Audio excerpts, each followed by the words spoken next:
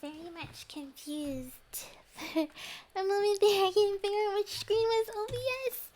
Oh my gosh. I seriously can't hear anything right now.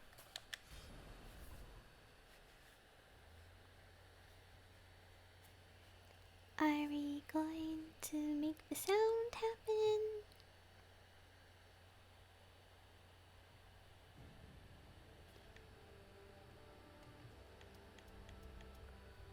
I feel like...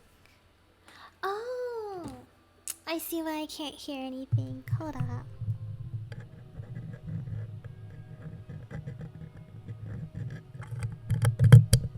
Yeah. That would probably help. I'm going to play... a story. I don't know what story. I'm probably gonna play, The Witcher! No, actually. I'm gonna go with Tali. Just give me one moment.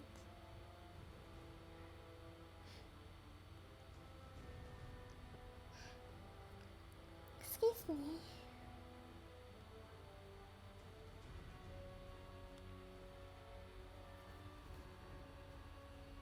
Tani. The village's children had gone missing. What's more, bands of strangers had been sighted in the area. Recently, some of them rumored to be violent. Before any harm... Before any harm should come to them, Talene set off down the mountain in search of the lost children.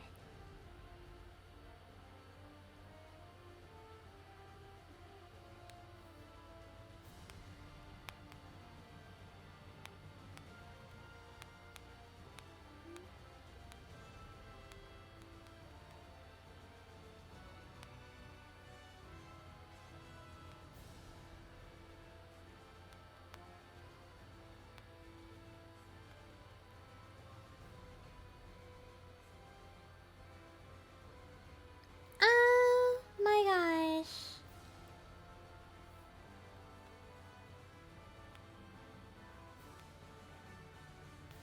One moment.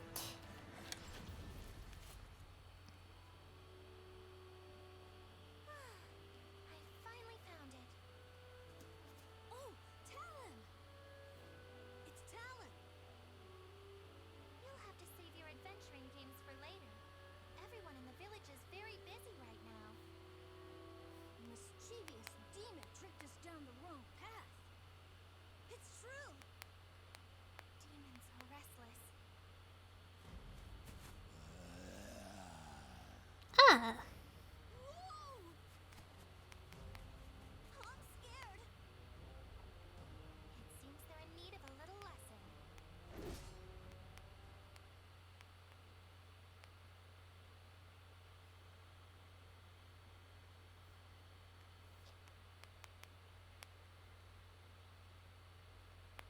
You know, I never actually played this on stream since I got...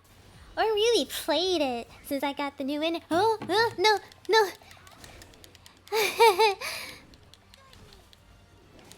Oh, it's kind of laggy. That's... You know, it probably would help if I close some of these windows that I have open. Okay, that's not what I was trying to do. That's not the button. That... Oh, wait. No!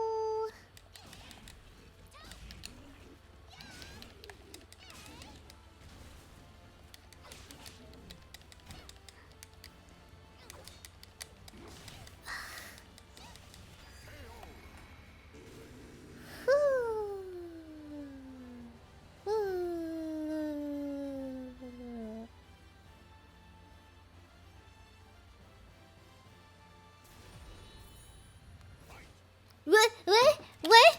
What? I was... What? I'm not gonna lie. I was not expecting there to be another round. Yup.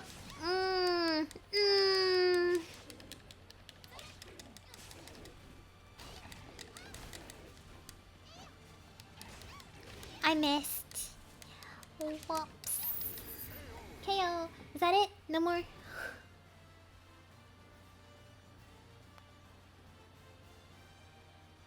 Please don't let there be another round.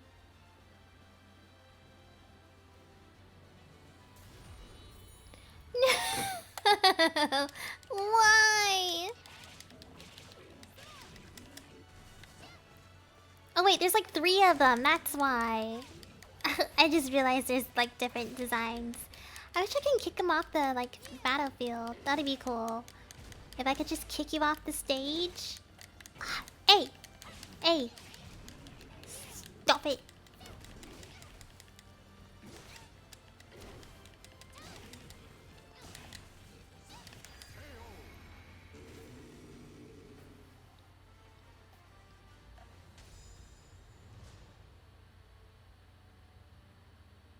What?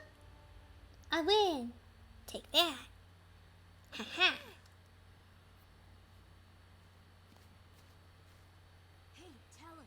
Were the demons getting restless because of that amulet? This child low-key does not sound like a child. No, I think they're just agitated by all the foreigners around these days. Hey, can the foreigners see the demons too? No. Creatures of the spirit world can only be seen by those who are pure. Wow. Huh. Come on, let's go.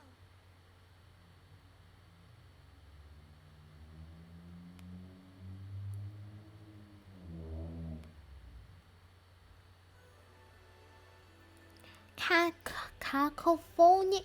I do not know how to pronounce this word. Cacophonious creatures? Rumors had spread to the village of a vampiric creature appearing in the suburbs of a nearby town. Sensing your people's panic, Talim vowed to destroy the monster. You know what character I'm not good at playing at? This one! I'm not good at playing Talim.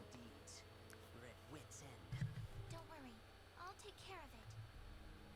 They've seemed especially violent as of late. Travelers have reported attacks. Be careful. I will. They're good at disguising themselves as humans. The thought of them transforming into one of us is terrifying. Please don't worry yourself too much. Priestesses have the ability to see through disguises. Everything will be fine.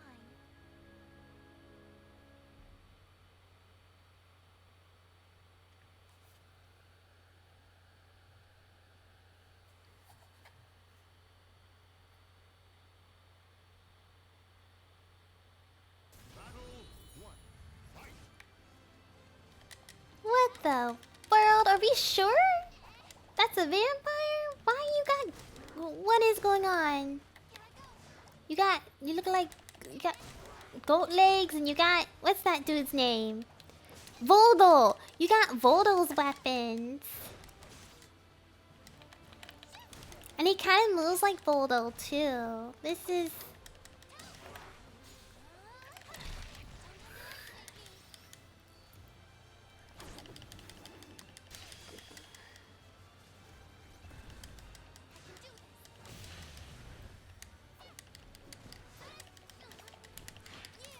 Whoa! No, no, no, no, no, no. Yeah, I'm getting... I hope you die soon. I don't like this. Moves like Voldo. Mm-mm. I'm very uncomfortable. No! There's 3 rounds, isn't there? Ugh.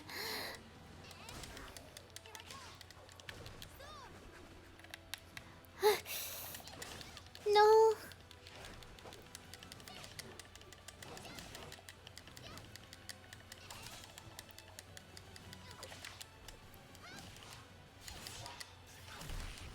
No.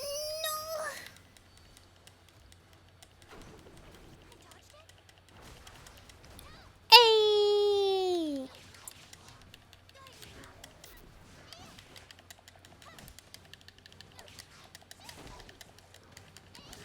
I think this goes without saying, but I don't know any combos. I really am just pressing buttons and hoping for the best.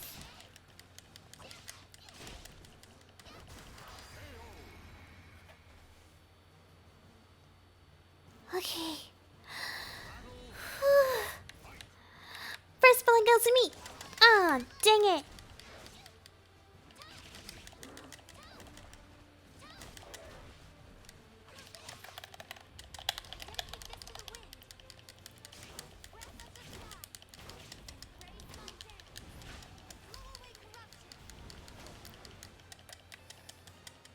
Die. There.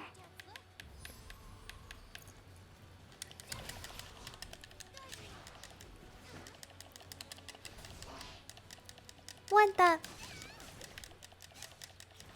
No. Oh, I'm very uncomfortable with this, with these moves. Oh, moving like Voldo. Oh gosh. Heck no. I'm not dying. I'm not dying. I refuse to die. I refuse. No.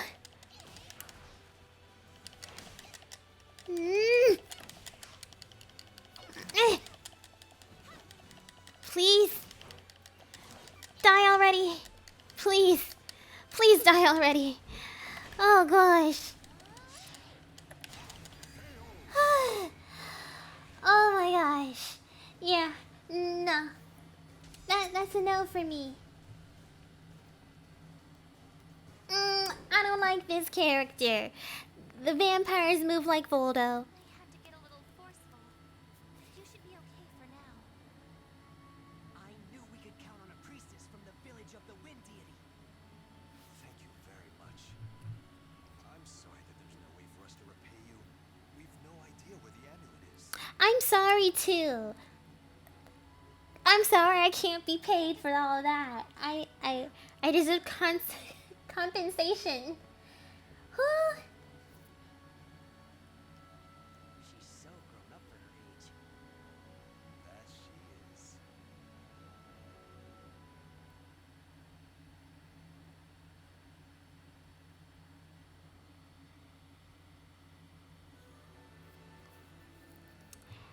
(1590 AD), Talim VI, an innocent breeze. Talim had a strange feeling about the amulet, as though an opportunity was presenting itself. She made her way to visit Kalana, the eldest one who also happened to be her grandmother. Eldest one? Oh, Talim? Yes, it's me. What a fine breeze.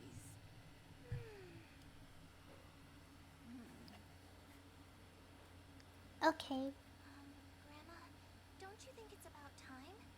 Everyone seems really nervous, and I think I've proven myself to the village. When did you notice? When the amulet went missing. I mean, you're the only one who could hide something so powerful from everyone. Such a clever child. You mean the granny did it? I knew you already were powerful enough, but that wouldn't be enough to convince the rest. Therefore, I know. I'm sorry for testing you. It's okay. My name means sharp blade. Even the last priestess has to face danger sometimes in order to survive. It sounds a bit perilous, but I like my name. Talim. Go. You've earned the right to. You're the only one who can right such a wrong and return the shard to its proper place. You must promise you'll return. I know. I promise.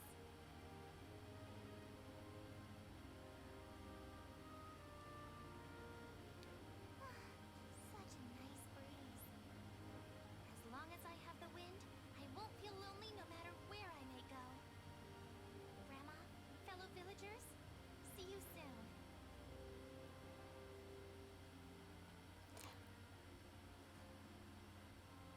I'm not too sure how I feel about this. Names of the warriors whose fates were bound to the two I did all this and the granny had it? The granny in the village had it this entire time?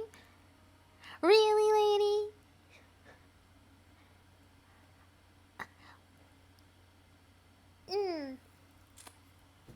That was certainly a story. Oh.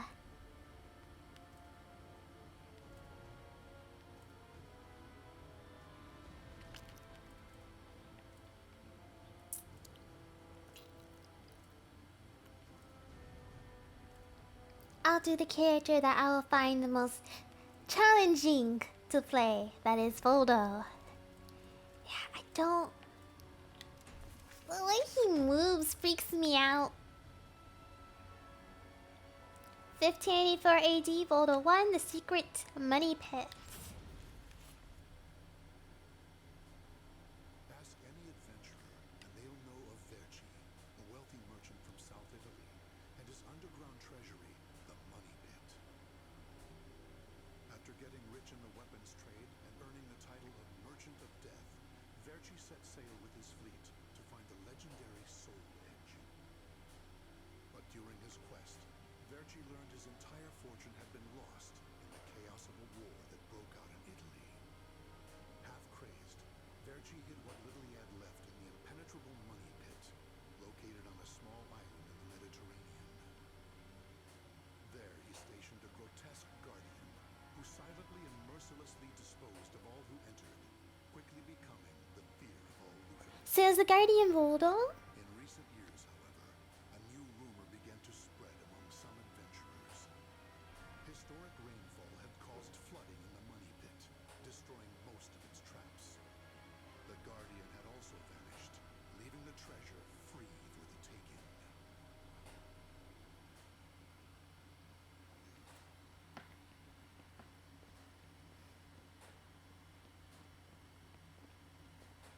I can't believe we got through the Money Pit that easily. Thanks for the help, Ivy.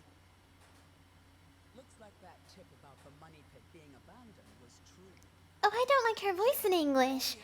I forgot I played her story in Japanese. Traps don't scare us as long as we have you. But hey, aren't you gonna take any of the treasure for yourself? Oh no. I only care for items related to Soul Edge, and I already have what I wanted. Now I just need to find Verci's notes. Always so serious. You're beautiful. You're strong. You know, we could. Huh? What the hell is that? Look! The sword's resonating? Hey, what did you go quiet for? Whoa, don't drop the treasure there. Oh, this is a head. Above you. Ready your weapon. It's the head of the adventurer? Oh, you there too. Bye, heroic adventurer. I knew this was too good to be true. That's your target, Blade. The Guardian. Ha! Slice up everything that comes near us, Blade. I missed? Oh no! Ugh, I'm at a disadvantage fighting here. My blade, show me the way out.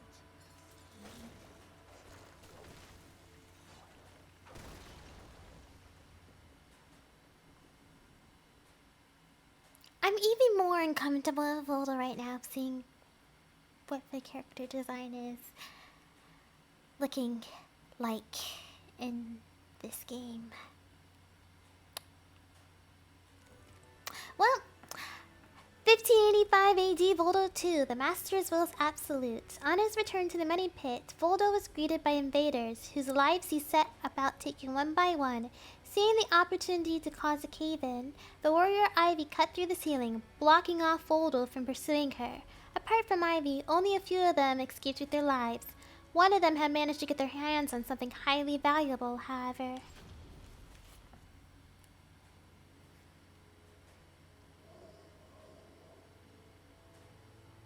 In the deepest room of the dark underground vault, there was a magnificent sarcophagus and chair illuminated by torchlight. Before it stood a lanky, grotesque man, the guardian feared by looters, with his head bowed in respect. His name was Voldo, a dark vestige of the talented man who had once served as Verci's right hand. Long years underground had robbed Voldo of his sight and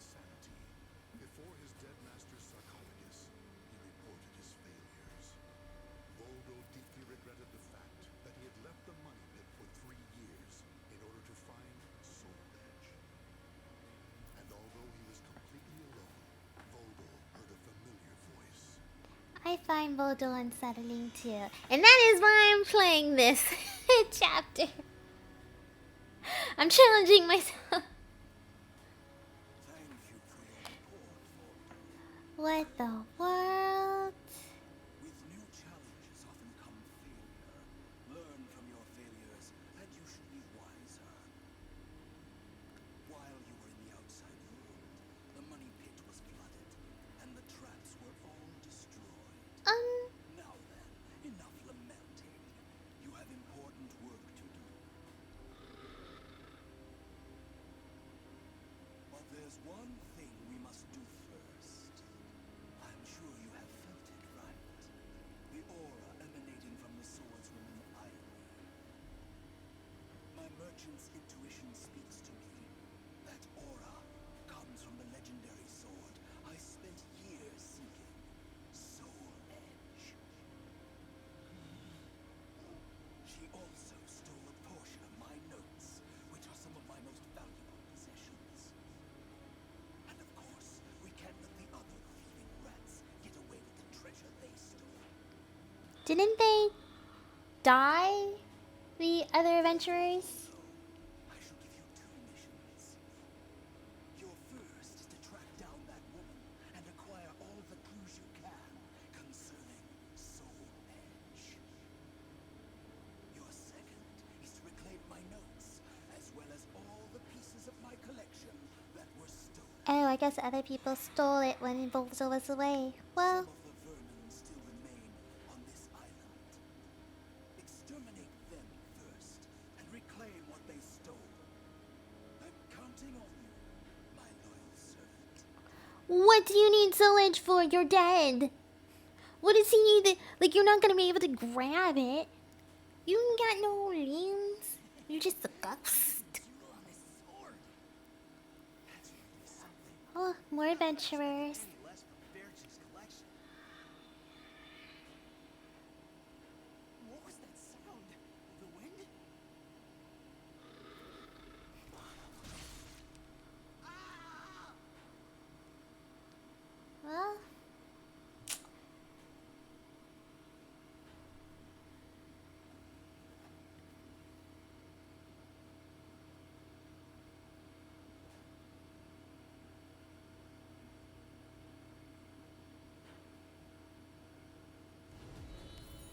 oh, okay. Finally, oh gosh. I don't like this character.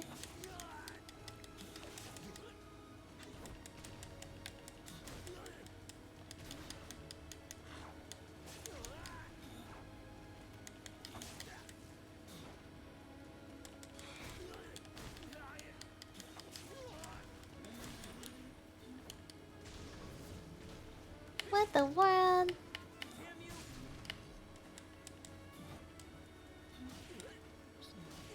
Oh wait, Voldal's kind of big. I just noticed Voldal's a tall character. Oh, he's big and flexible. Oh. And not in a cool way, in like a creepy sort of way.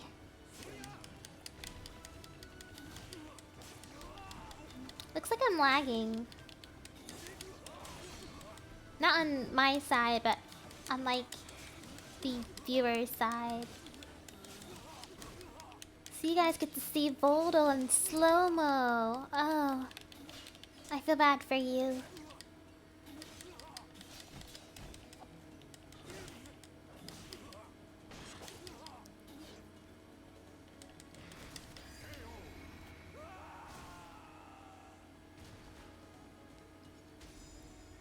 He just ends the battle in that pose. No, sir. The strange weapons Verci had collected. With Verci's treasure before him, Voldo reminisced as he held in his hands an unusual pair of blades from India.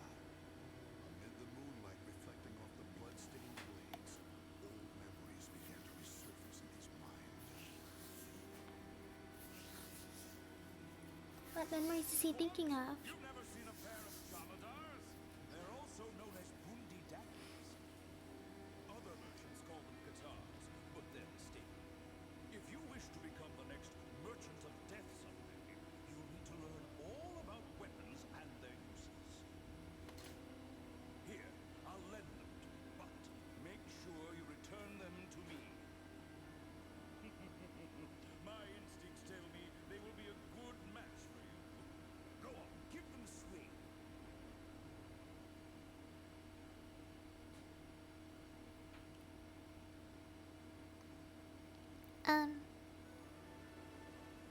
Okay. 1585 AD, Voldo III, Lost Glory. Disposing of the invaders' corpses, Voldo set about restoring the money pit and its traps. Once finished, he secured the entrance and headed out on a journey to complete the mission assigned to him by Veriti. Or Verti. I don't know what the man's name is. But that did little to hinder Voldo. Owning his senses for years underground had given him something of a sixth sense, which allowed him to sense invisible auras that people leave behind. As Voldo moved north, tracking Ivy's unique aura, he continued reclaiming the treasures stolen from his master. Hand it over, Grandpa. Wait, take anything you want but this. Why? Because that one will fetch the highest price? What was that? I just heard footsteps. Yeah, because that one will send Voldo after you. My leg! Oh, What's happening?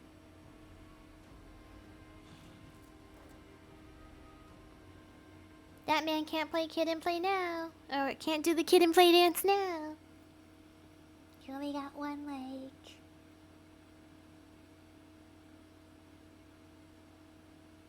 Well,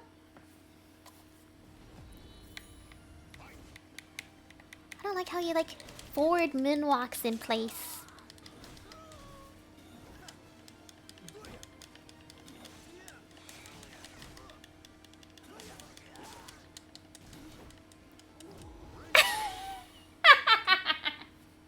I'm sorry.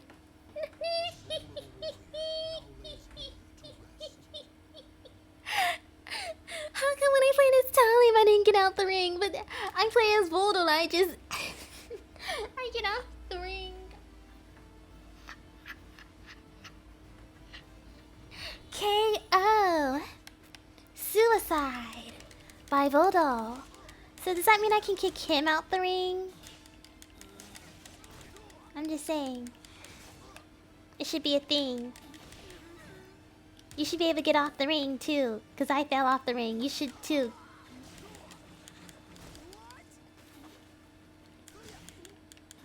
Yeah, it's pretty much everyone's reaction when they see Voldo.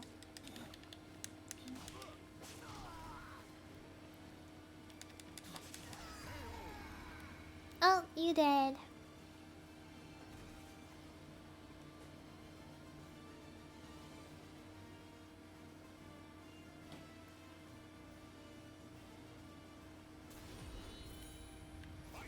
Okay.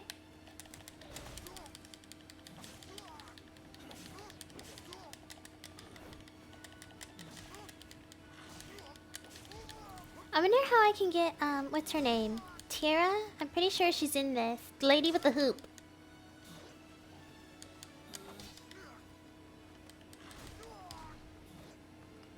Get out the ring.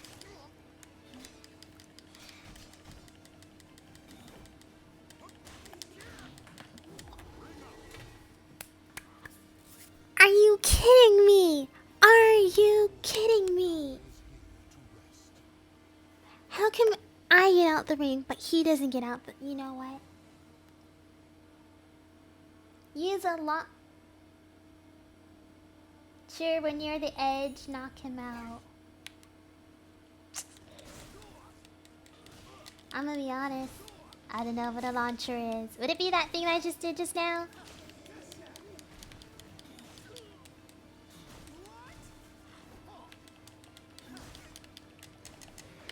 No! No! Why does he move like this? I can't... I can't take this seriously. Why does...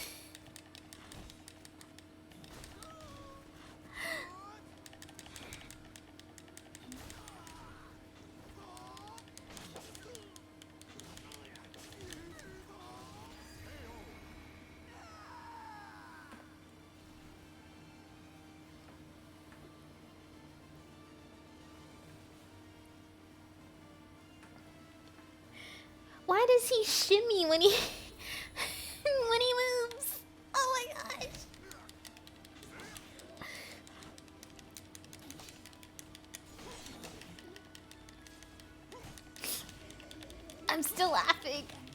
I can't concentrate.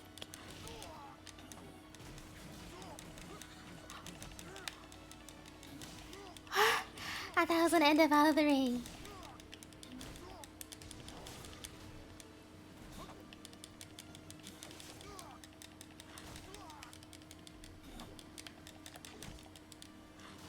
Okay, we gotta shimmy away. Shimmy away from him. What is he? I can't deal with this. I don't think I should play Voldo again. Once I'm done with this story, I'm not touching this character ever again.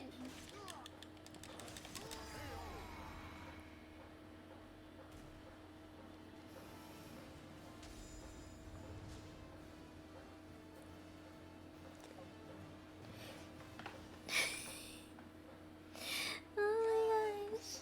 You want this sword? I don't care what kind of monster you are.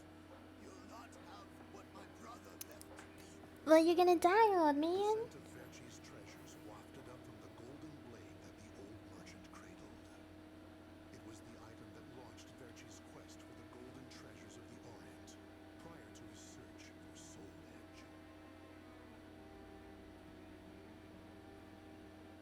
You want to stop looking for Soul Edge? Verci, we just began your search for the Oh, that's his brother. Never mind. But you may still die, old man. Sorry. You're either a wolf or a sheep, Enrico. It's hunt or be hunted, and only the bold come out on top. Bad enough about this. I'll lead the search for Soul Edge, and you, Voldo, will assist me each step of the way. What? But he's so young. He isn't even family. Wait, Verci.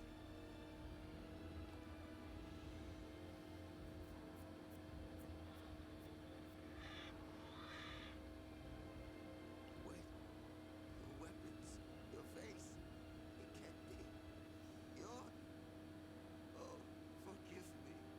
If only I would have protected our fortune during the war, Verci would still be... Here, you can have the blade.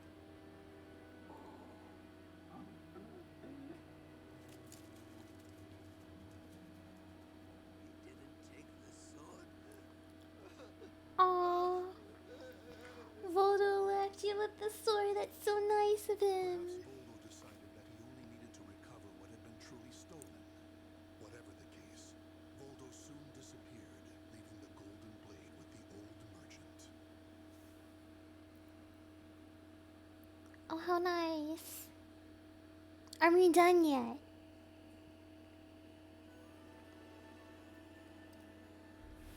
Yeah, I think I'm Voldoed out. I can't do this character. How I 1585 AD, Voldo 4, a coastal town in ruins. Heading north, Voldo sensed something peculiar. Ivy's aura seemed to have split in two and was heading both to the north and to the west. Though confused at this turn of events, at the back of Voldo's mind, his memories of old Soul Edge called for him to head west. Trusting his instincts, he continued on towards Spain.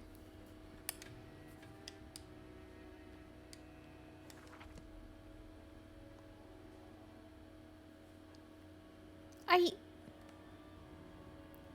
No. Your story's too long. It's longer than Talim's.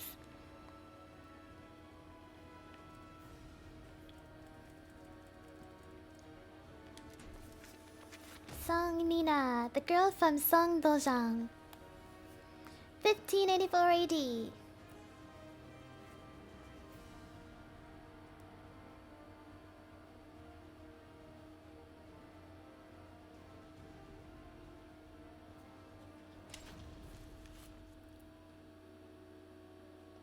I forgot to Selena. I grew up in the Song Dojang run by my father. I forgot to change the voice. Soul Edge, known as the Sword of Salvation, to protect my land. My quest went pretty well for a time, but then Huang brought me home. I guess it was wrong of me to run off without telling my father and all. He said I must redo all my training, and forced me back into the rigid life I tried to escape.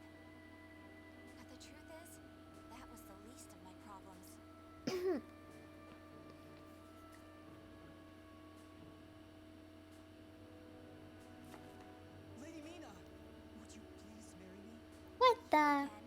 Did my father tell you to do this? Stop!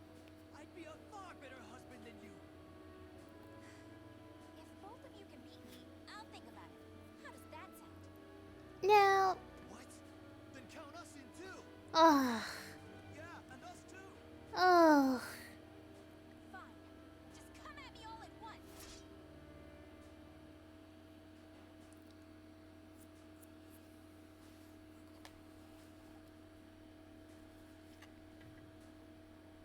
Dang.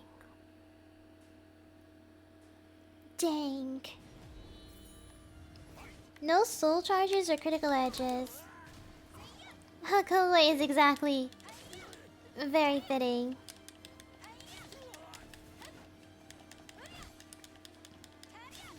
Alright, she's long range. I don't have to be this close. Okay. Wait. There. Wait, no. Wait, yes. Wait, no. Okay.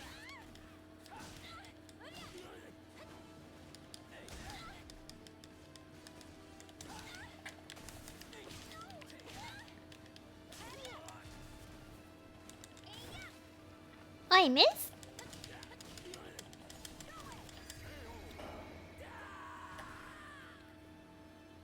Hmm.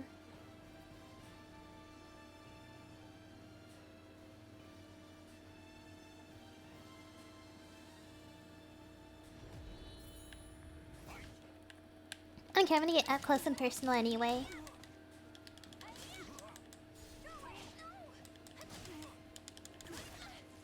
Hmm.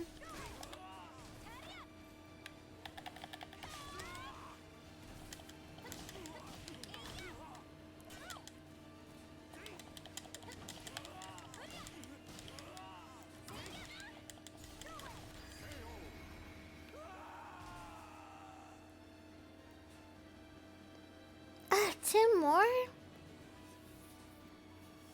What's that, like 4 rounds?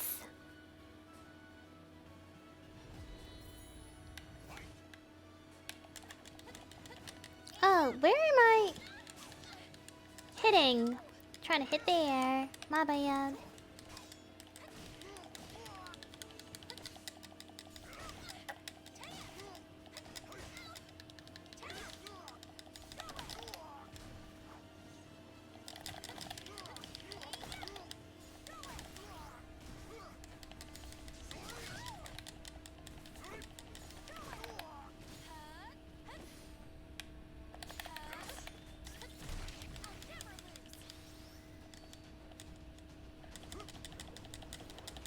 Into the wall.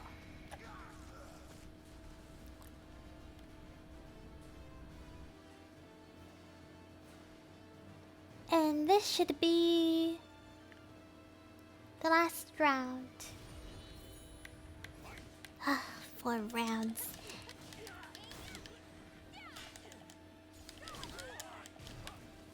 Dang.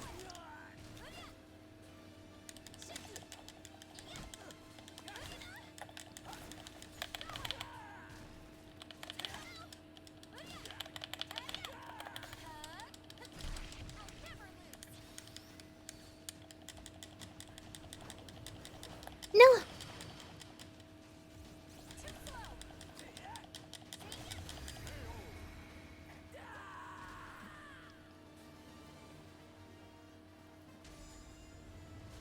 Victory.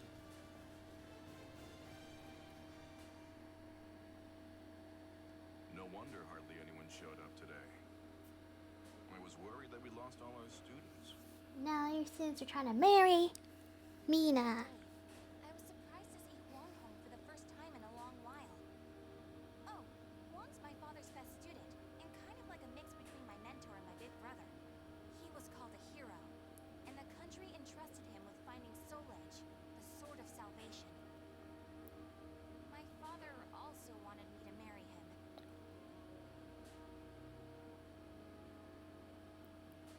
Really, though, I can't believe you're already old enough to think about marriage.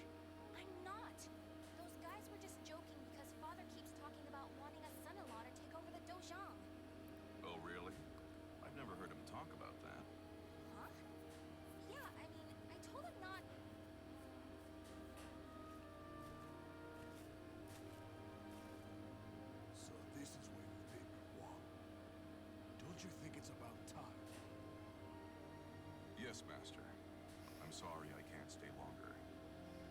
Mina, I'm sorry I can't tell you more, but I'm returning to the army. We can protect our homeland with our own hands, even without the Sword of Salvation. And that was that. Wong re-entered the military and now continues to fight for his country. Me, on the other hand, they wouldn't allow me to join the army because I'm a woman. But then what am I supposed to do? I too want to protect our homeland. When you said me, Wong, did that include me too? Mina, that's not up to me.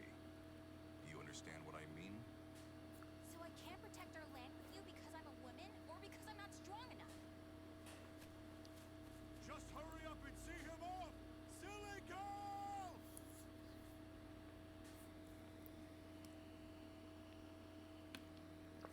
If she don't just pull a Mulan move and cut her hair and cross dress, she's. But yeah, I'm gonna just change the language.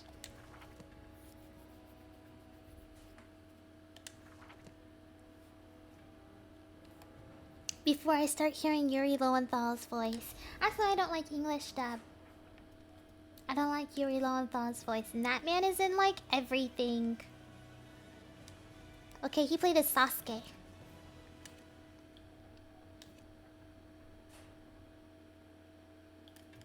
From Naruto. He also played as Ben Tennyson in Ben 10. And Peter Parker in that one Spider-Man, like the newest Spider-Man. What is this?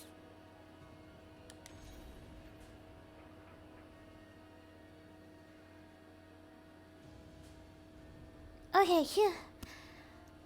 Sometimes I get the two modes mixed up. 1584 AD, Song Mina 2, Fretful Memories. It was the last time I would ever see Huang. All I wanted was for us to protect the homeland together, but it felt like no one took me seriously. After that, I found it hard to concentrate on my training.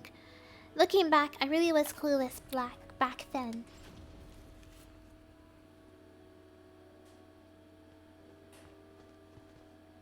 Mina, こんなところにいたのか。おいら探しちゃったよ。あんたまで私のことバカにしに来たの？何言ってるんだい。おいら弱いしどんくさいから、強くって元気で明るいミナが好きだよ。じゃあ今の私にはさぞがっかりしてるでしょうね。そんなことないよ。Oh my gosh. Not you too, Cho Huang. そうだって何よ。もうこうなったらどうにかしてファンとお父様に私のこと認めさせてやるんだから。今考えてみるとチョルファンのやつ私を元気づけに来たのかな。次に会ったら優しくしてあげようかな。ま、会えたらだけど。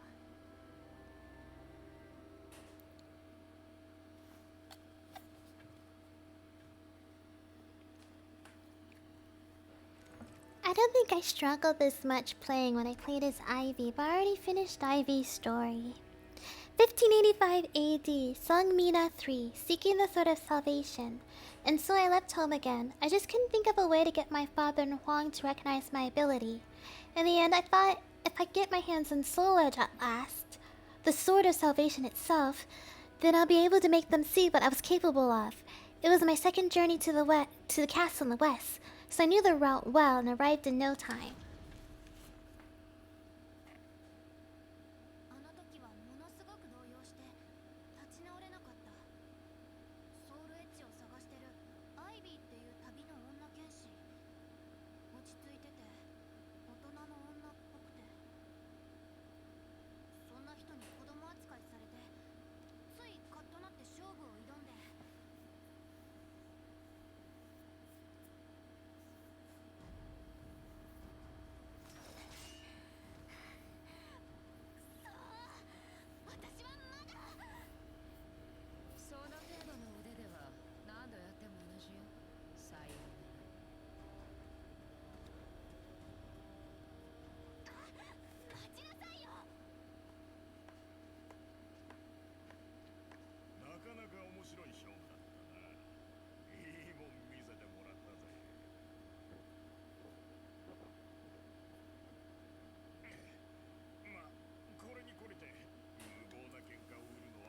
is you? ジョーちゃんならもっと腕は上がるだろうよ。なんだってまだまだ若いんだからな。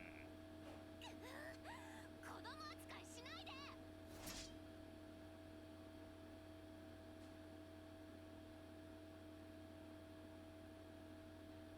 Really, Sangmina?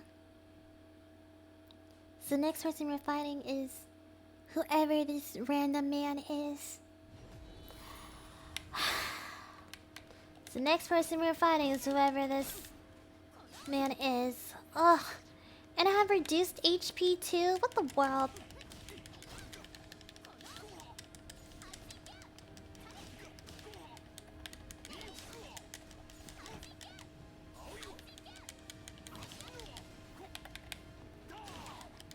Ran right into your attack.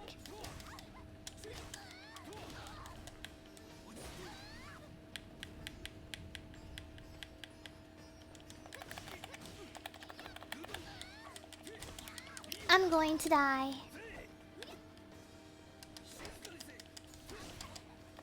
I don't know how to block.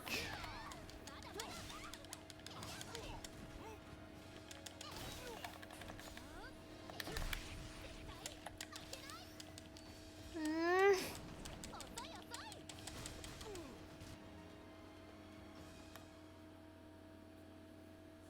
まったく喧嘩の相手は選べっつったばかりだろ。もっと腕は上がるとも言ったわ。混んでも何でもいいから私に戦い方を教えてくれる？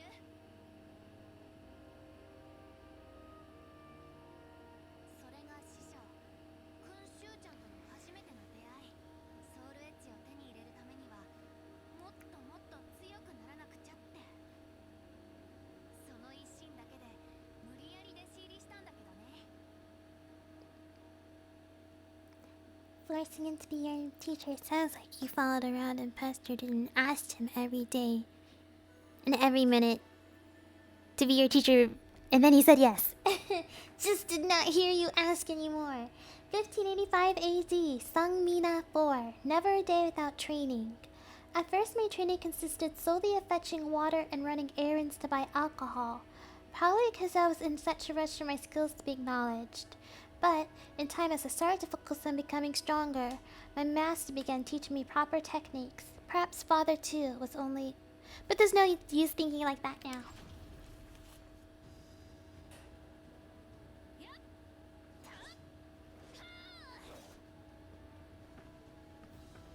よしよし、そこそこ様になってきたな。最近は師匠もちゃんと教えてくれるようになりましたからね。お前に教えてるのは略式だがな。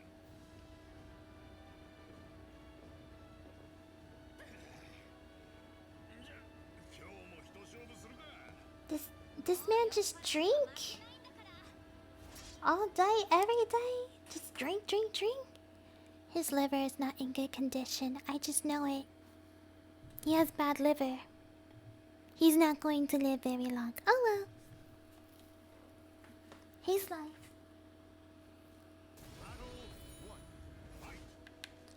Cool, no reduced HP now. And where am I hitting?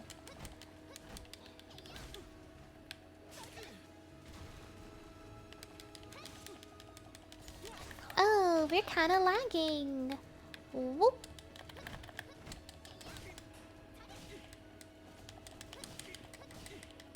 I'm just kicking a whole lot. Okay. Don't get hit, don't get hit. Ah. What does this button do? No.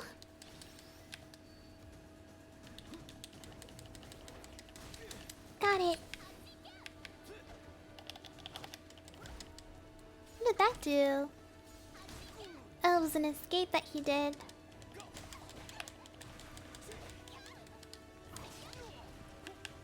What is this? Oh.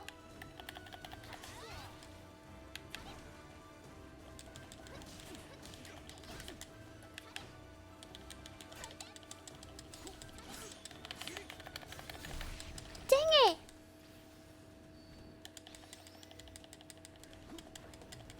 Don't get hit.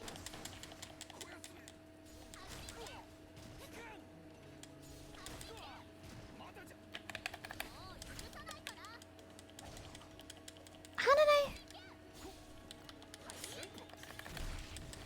Not again.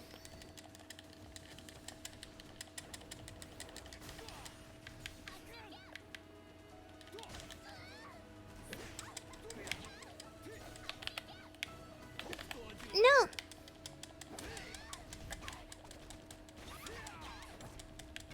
No. No. No. No.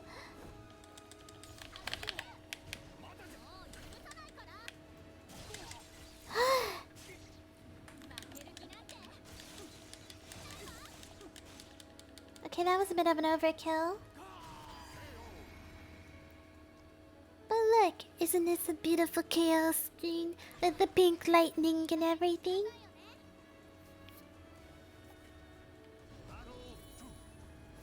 Ah.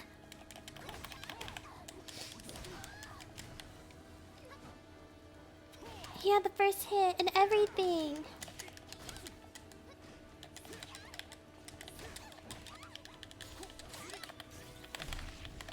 Mm.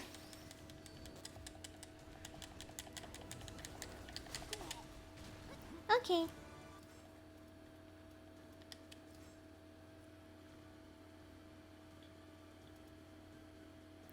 ABKG, AG, AB, BG, ABK.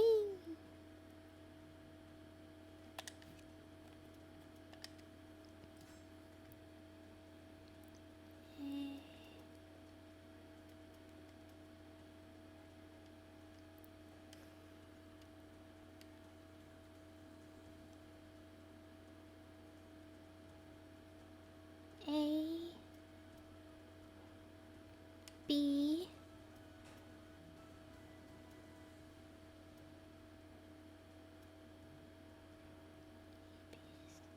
Okay. I don't think this is gonna help or anything, but I try.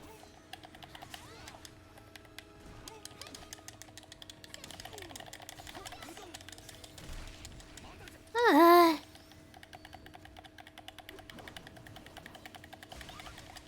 Ugh. Oh no.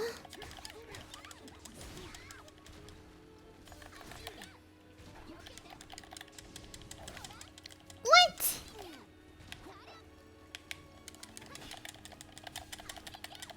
Mm.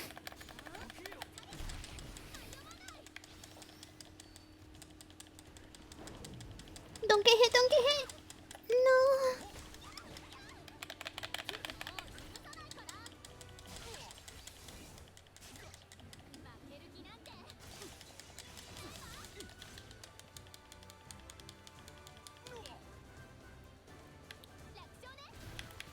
Come on.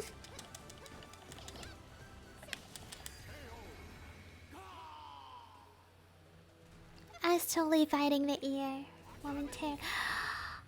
No.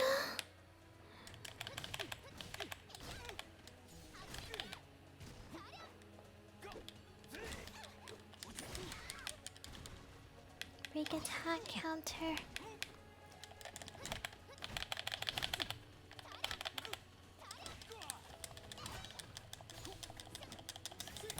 No.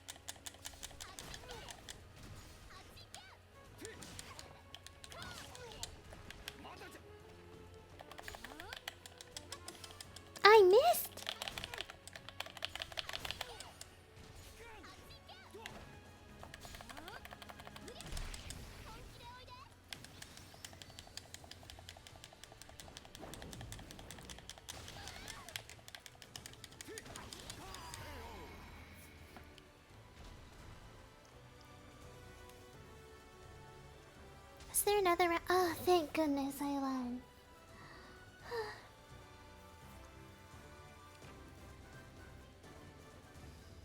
This character does not feel easy for me to play as. たかだが1年でここまで伸びるとはな。よし、1本取られた記念に酒でも買ってくるか。 But you drink booze. You drink booze every day. いつうるせえな。お前は俺の娘かっての。私のお父様はもっと立派で真面目です。師匠には心配してくれる家族はいないんですか？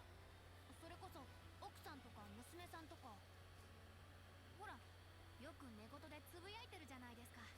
シャンベン、お前は俺たちの宝だ。とか。あ？なんかの聞き間違いじゃねえ。いいから修行の続き。Did we hit a sore spot for this もう man? しょうがないな。 A sore spot for him, perhaps? でもそれから師匠は帰ってこなかった。俺にはコンポを正式に教える資格はないとか、自分の運命は自分で切り開けとか、そんな書き置きが残ってただけ。一晩中待ち続けたこっちの身にもなれってな。 Oh, that's dumb. That's messed up. あの時は怒ったっけ？ I'd be mad too, man. Could have told me that earlier.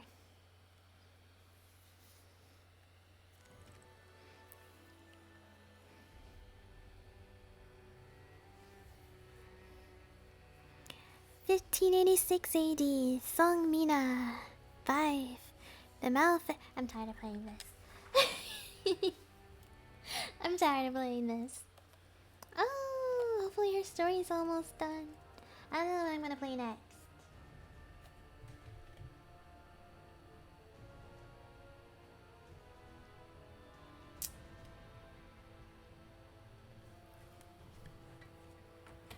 Hmm.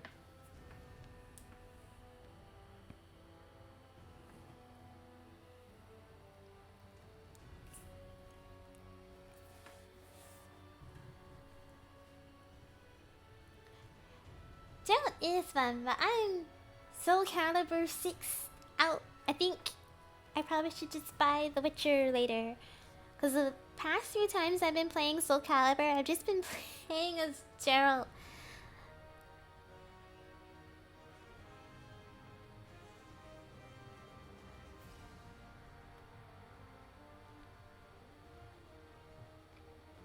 I think I'm gonna try to play that one zombie game. That doesn't really hold my attention much, but I keep playing it for whatever reason. That may be...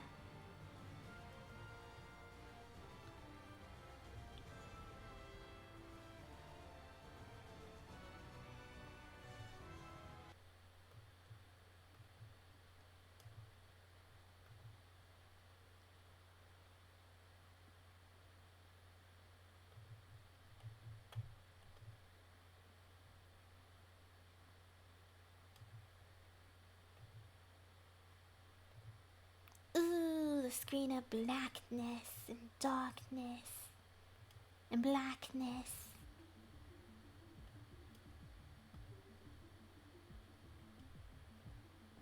It's the other game I opened. I don't know why it's like... There we go.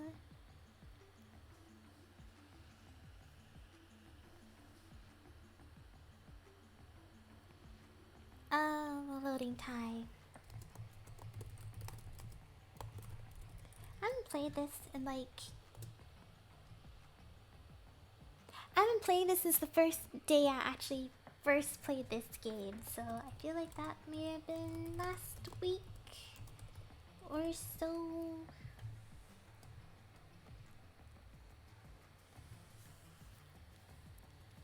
This loading time is... It's loading.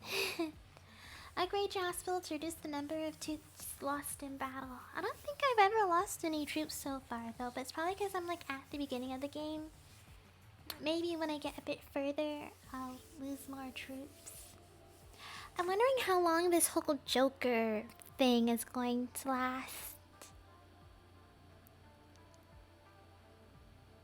Or is this just like part of the game? We're just gonna have Joker here for like the long period of time, or?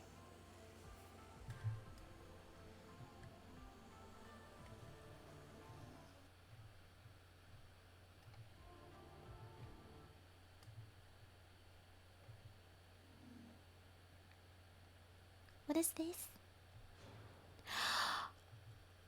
No! I've been gone for so long that there's infected everywhere. Aw, man.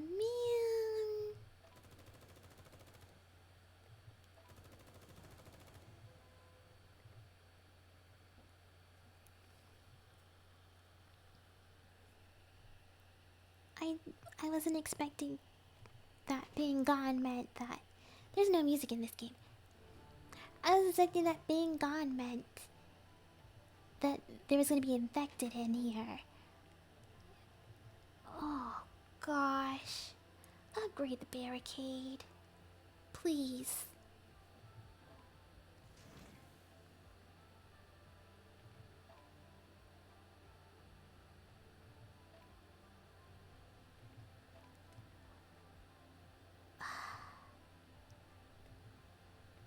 Oh.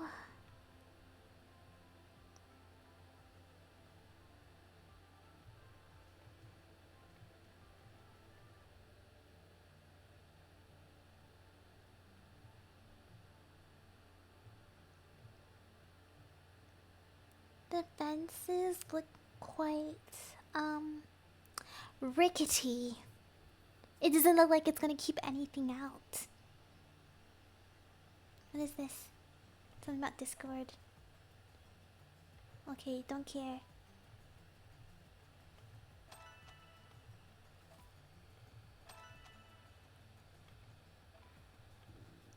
Well, this alliance. Renegades has sent you an invitation, and this person, this Russian thing. How do you check out the alliance information?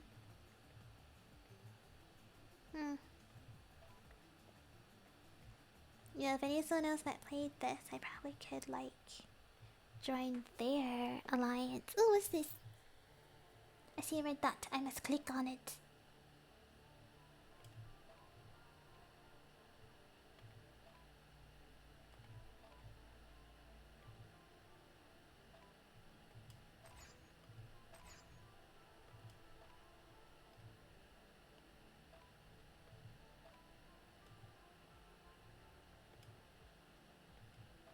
I have to get more. Dang it. How do I get more wood?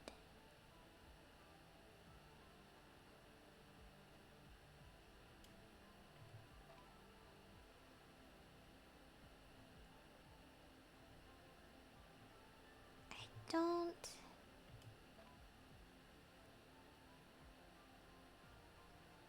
There goes the fence that I'm used to seeing.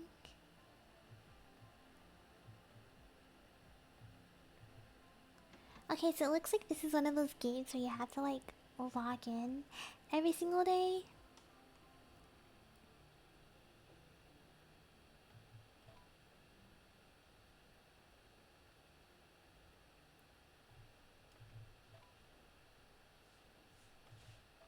You have to log in every single day, or else your camp gets bad looking.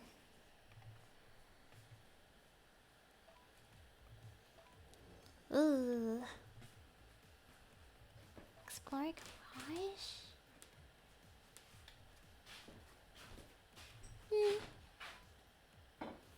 I can't remember how to level up heroes now that I've opened this again.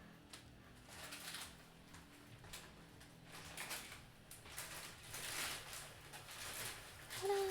Oh.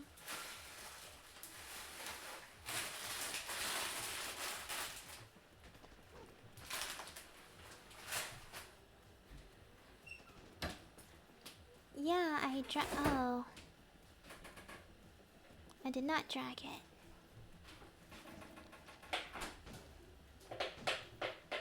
Need you to go here.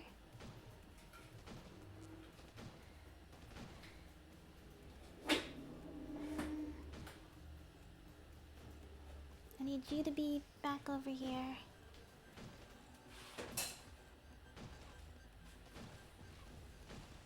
No, you're gonna die too if you...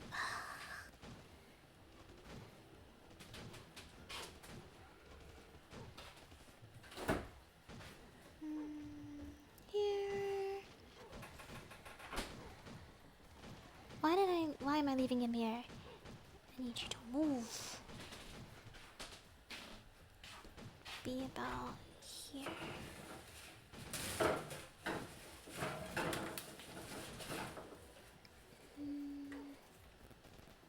Here.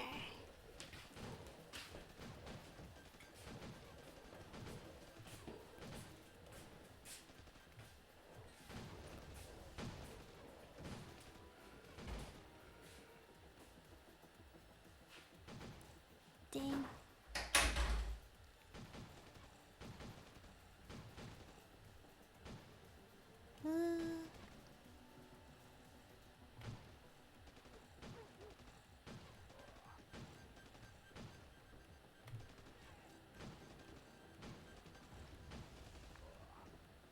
Phew.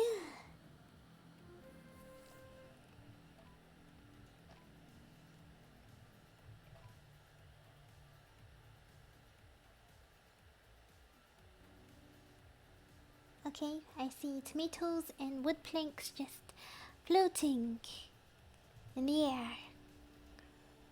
Probably would have if I closed Steam. Okay.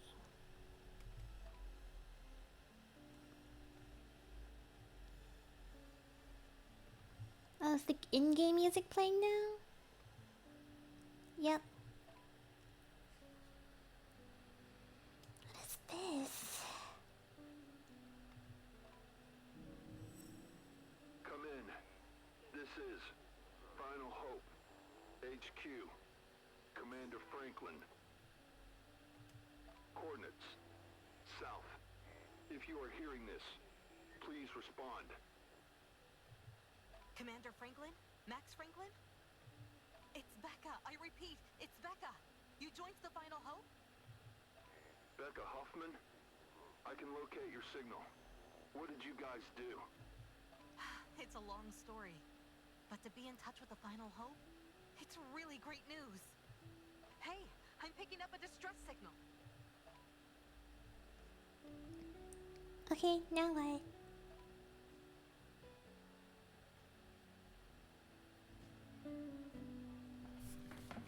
Trying to think, what is that name of that one zombie game where you can build a base and stuff and you can get cars?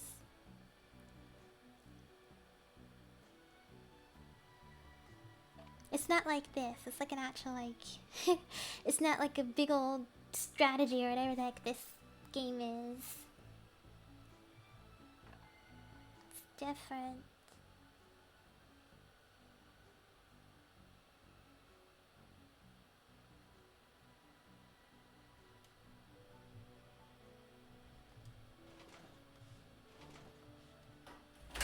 Oh, I don't have more. Oh! Construction speed up by 5 minutes. Got more mail?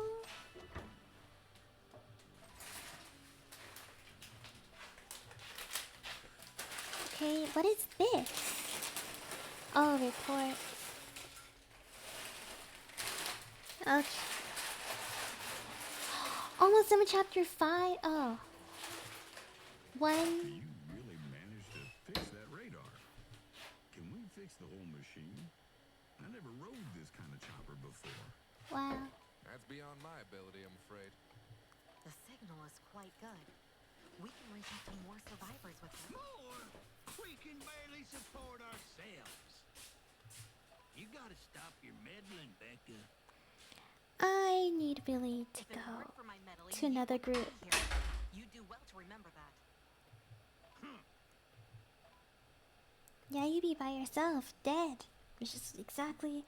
I wish we can kick survivors out, because I don't want Willie in here. He's always For such a long time, running his all we could do mouth. was stay isolated and not help anyone.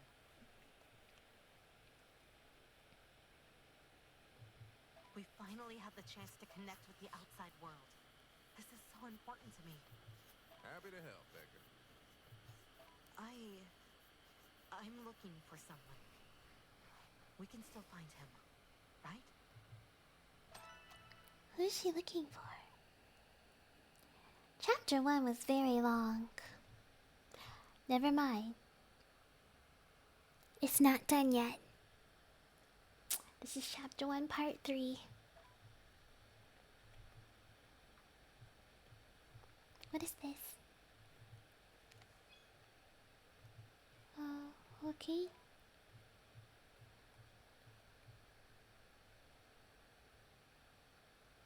I also kind of don't want to play this anymore. I just started. It's not even like 13 minutes or so, but.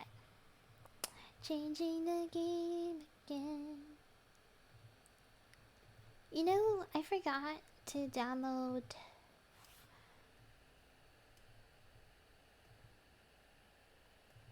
That Digimon game. I want to download it.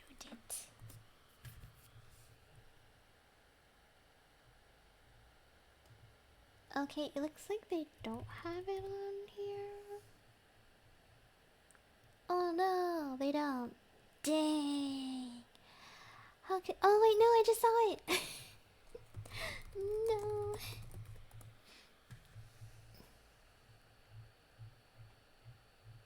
That's so weird. It like appeared for like 1 second and then it like went away.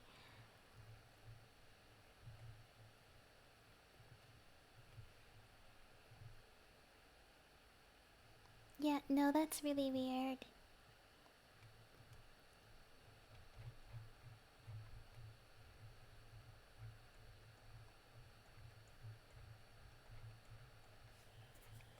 I also kind of want to try that Kingdom Hearts game. Why it is... Oh. The mobile game.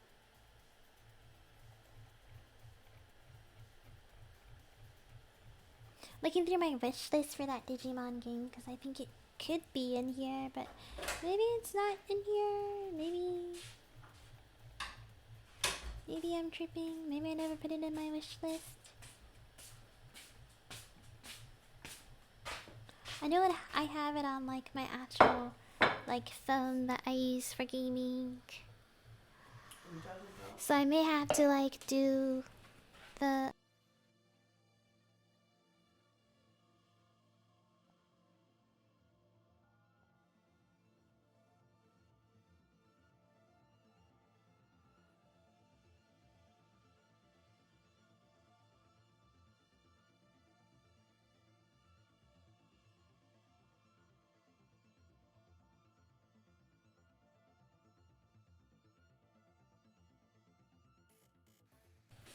so I remember saying gaming phone.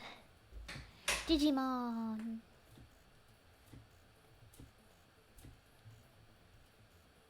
So weird.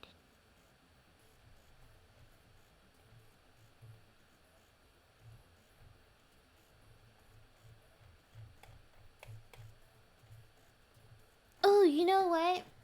I just remembered I was gonna play Arcana today. And I haven't played it yet.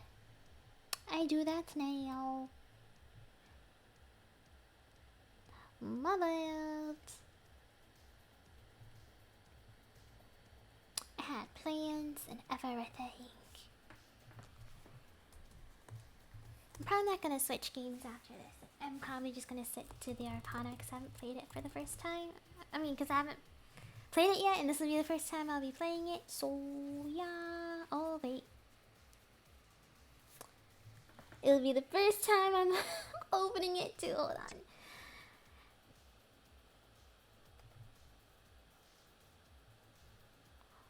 on. Oops. No. The update. No. Ah. lovely. Great. Great. I waited heck long and now it requires an update.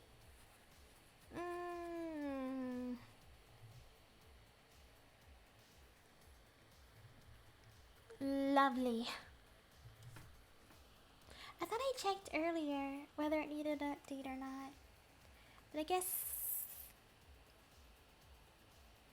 an update has happened since I checked it.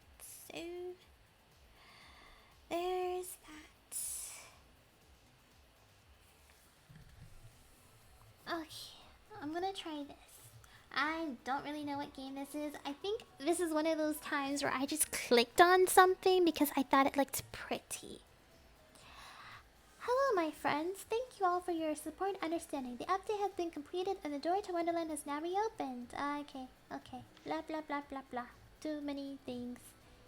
I probably should link my account now, so I'm just gonna put the game changing thing screen on.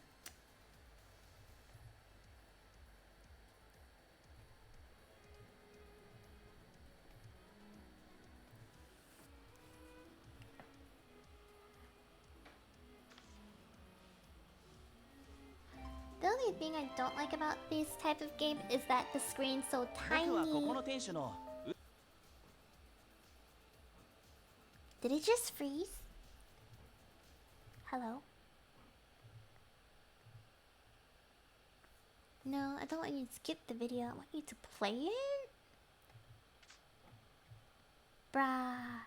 Bruh. Bruh.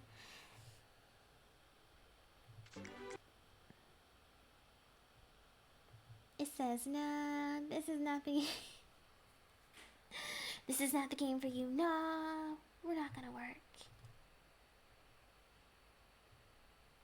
Okay, let me. Looks like the Arcana is updated, so I'm gonna hope for that. We're gonna hope for this one. This one will not let us stay on. Even though it wants to take all day to load.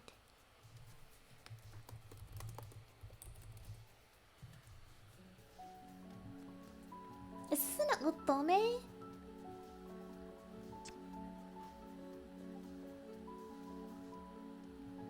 Okay.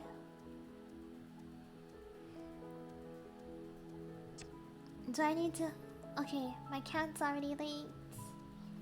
Okay, cancel. I think this is an otome.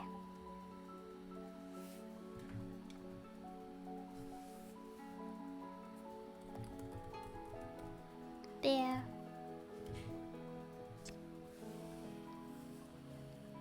The Magician. Let me turn this off because it's like Spotify. Oh, I was supposed to click. Okay. My name is Licia and I am a student of the magical art. I'm sorry, the game's kind of blasting in my ears now. I guess Soul Calibur was like really low for some reason. My name is Licia. I am a student of the magical arts. I live and train in the city of Vesuvia. Tonight the evening fog is thick, blanketing the streets in an ethereal milky glow. I linger at the window to appreciate the tranquil scene before the curtains shut. My master Asura, the fortune teller, I know nothing of his past. Yet he's taught me all I know of magic. Must you leave tonight? I'm not reading his lines. His eyes twinkle in the low lamplight.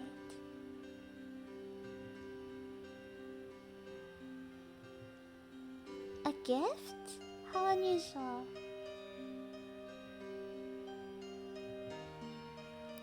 That's the last thing I expected him to give me. The tower deck is Asura's own creation, embedded with great power. These are the choices. You think I'm ready, Master? You think I want your creepy deck?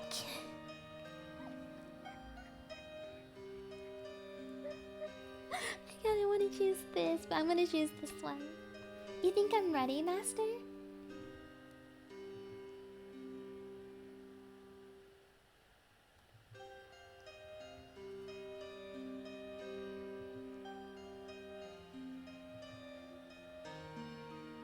What don't we ask the cards? A few rays of starlight peek through the gauzy curtains. Because I perfected it?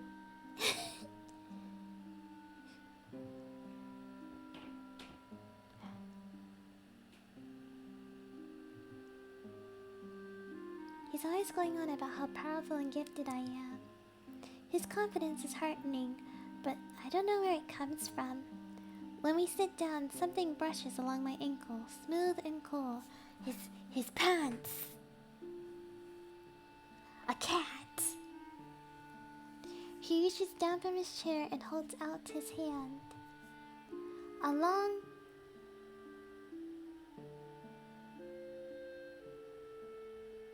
What?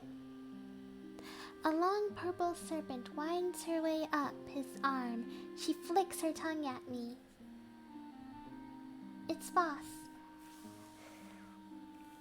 Asra's familiar. She's pleased to see me, I think.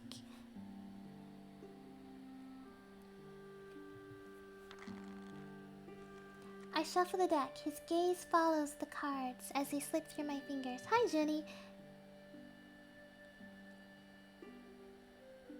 Okay, I know I'm supposed to choose one. Okay, we're gonna be sitting here for a while because I'm indecisive. What if I just close my eyes and do this? Where'd my mouse go? Oh, it's over here. Okay. The High Priestess. Asra leans close, expectant.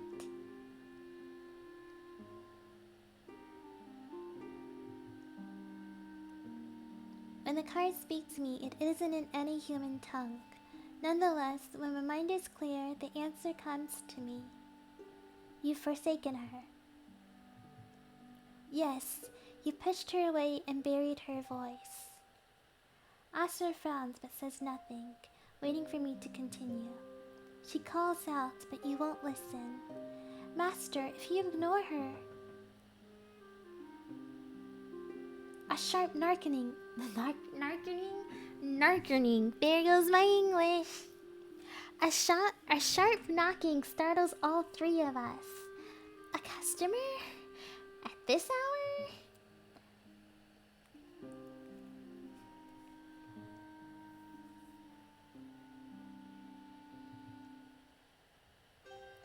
Asra gathers up his things to leave. Hey! We didn't finish our tarot reading, you know that, right? I wonder where he's going this time, and what he'll bring back. But I know better than to ask him. He never answers. He still has something to say, but he won't say it. Yeah, we didn't finish our reading. Where are you going? He parts the curtains soundlessly and slips out the back door. Astra's barely left when the mystery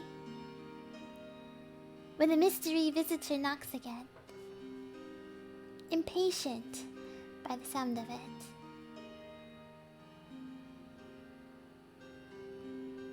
Hey, so wanna open the door or lock the door?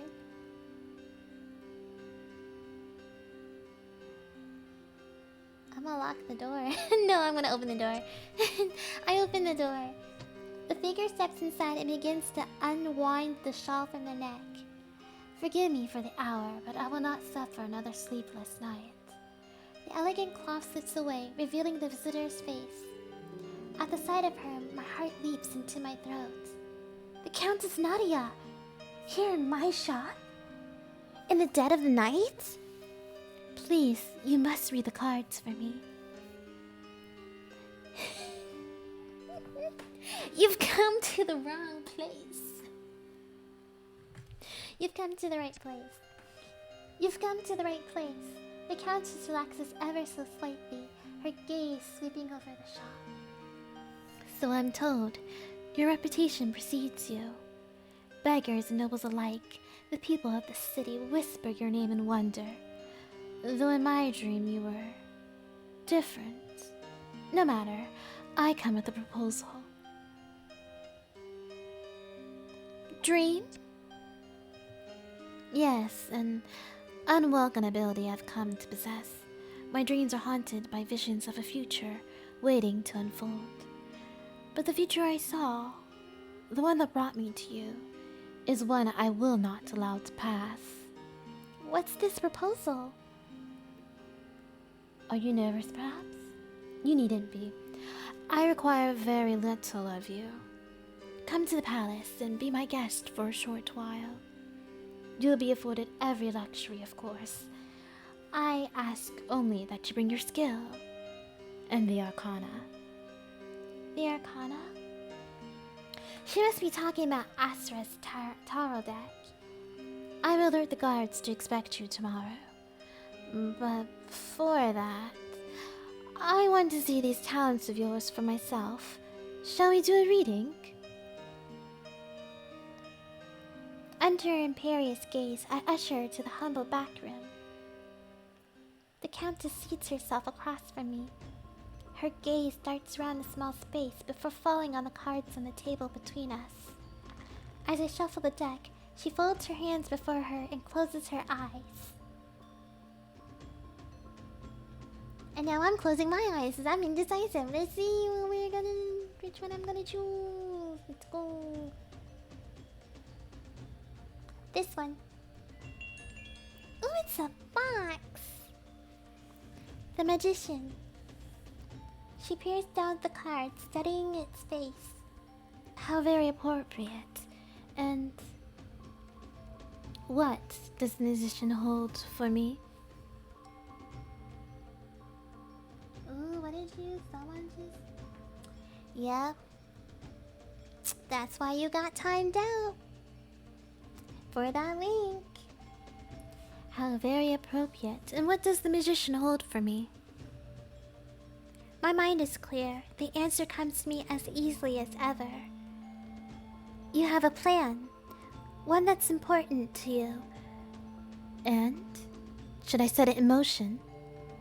Her eyes pierce me, flashing brilliantly in the lamplight. Yes, now is the time to act. Everything has fallen into place. Say no more. Abruptly, she stands, giving the card one last glance.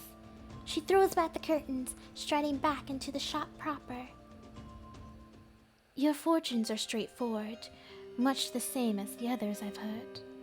And yet, you are the first to pique my interest. The Countess crosses to the front door, winding the shawl around her face.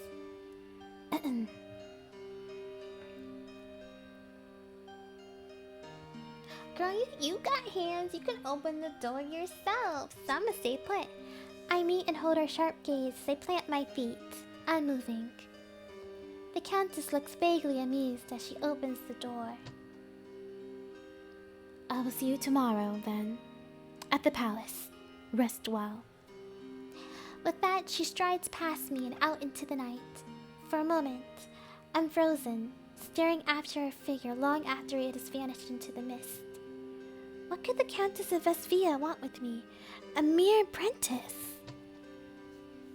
All that talk of my reputation? Could it be that she mistook me for Asra? I'm still mulling it over when I hear a harsh, muffled voice. Strangers for shop to keep. Who said that? My gaze darts around the shop, chasing shadows in the dark. Behind you. Sure enough, when I turn, I see a figure looming against the door. So this is the witch's lair. Then who might you be? My heart starts racing as the masked intruder advances. Oh, you know what? We attacking. Knock if you buck. Knock if you buck. I call my magic to my fingertips, energy surging toward the stranger. On guard then. The intruder ducks, swirling the cape with an outrageous flourish. I reach frantically behind the counter. My fingers close around an empty bottle. Has the witch been teaching you his tricks? I've seen him all this. I launch the bottle. Battle. Yeah, that's how you say this word. I launch the bottle at the intruder's head. Knocked loose by the blow, the stranger's mask clatters to the floor. You do have guts. My racing heart stops when he lifts his gaze to mine. I know his face. I've seen it on wanted posters all over the city. But his name eludes me. I'm not reading his lines anymore. I glare up at him, speaking through gritted teeth. Master Asra's gone. I don't know where. The intruder wipes at his bloodied brow. Is that so? Well, no sense in wasting the visit. You're a fortune teller, aren't you? Tell my fortune, I'll leave you in peace. Huh? That is what the room in the back is for, isn't it? I give a hesitant nod, unsure of the motives for his odd request. After you, then. He drops himself into the reading chair, looming over the table. Go on, no need to be shy. I don't know your name. My name? For your reading, I need to know your name. Oh, right, yes, of course. You can call me Julian. Hesitantly, I take my seat, his eyes tracking my every move. Okay, close my eyes and see which card I'm going to choose. Oh, this one.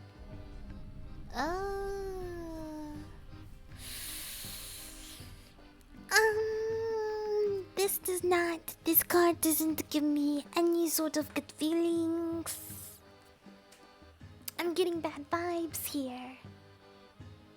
The number 13, and you know, there's a skull with a red eye and long hair and a black hand and a scythe. And in the background is a night sky and a mountain. It's giving bad vibes. It's giving dead horse with a hand. It's giving death. It's giving ominous. As soon as the card is flipped, my mind starts racing. Death. The card whispers to me, but before I can understand it, Julian interrupts. Death? Death? He barks with uncontrollable laughter. He turns away from me and the cards, raising his eyes to the heavens. Death cast her gaze on this wretch and turned away. She has no interest in an abomination like me. He strides out of the back room without a backward glance. Overcome with confusion, I follow at his heels. Wait, that's not what death means. It's... But Julian heaves a heartfelt sigh, shaking his head. No, my fate is sealed. But you've been hospitable, so I'll let you in on a secret. Your rich friend will be back for you. He taught you his tricks. You may even say that he cares for you. He lifts his mask from the floor, staring into its glassy red eyes. But when he returns, seek me out for your own sake. Don't let him fool you, shopkeep. After giving me a long, hard look, he fixes his mask in place. Well then, the hour is late and I'm out of time. With a swirl of his great black cape, he throws the door open. It slams shut behind him as he disappears into the early morning fog.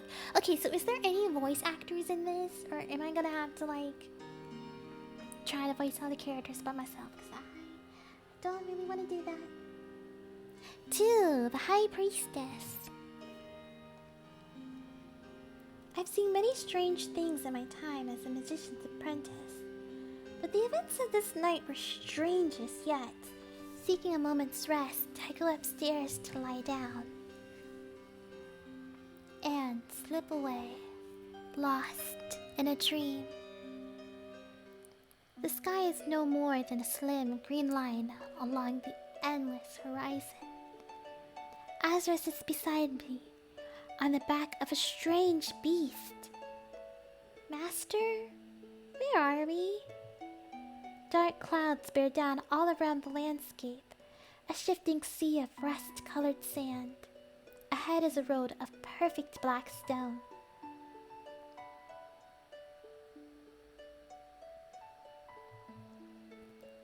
Far enough for what?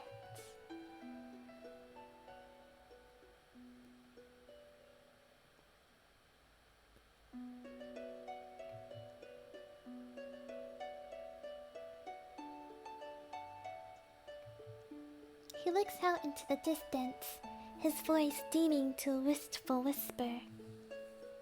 I strain to see where the path leads, but it keeps changing.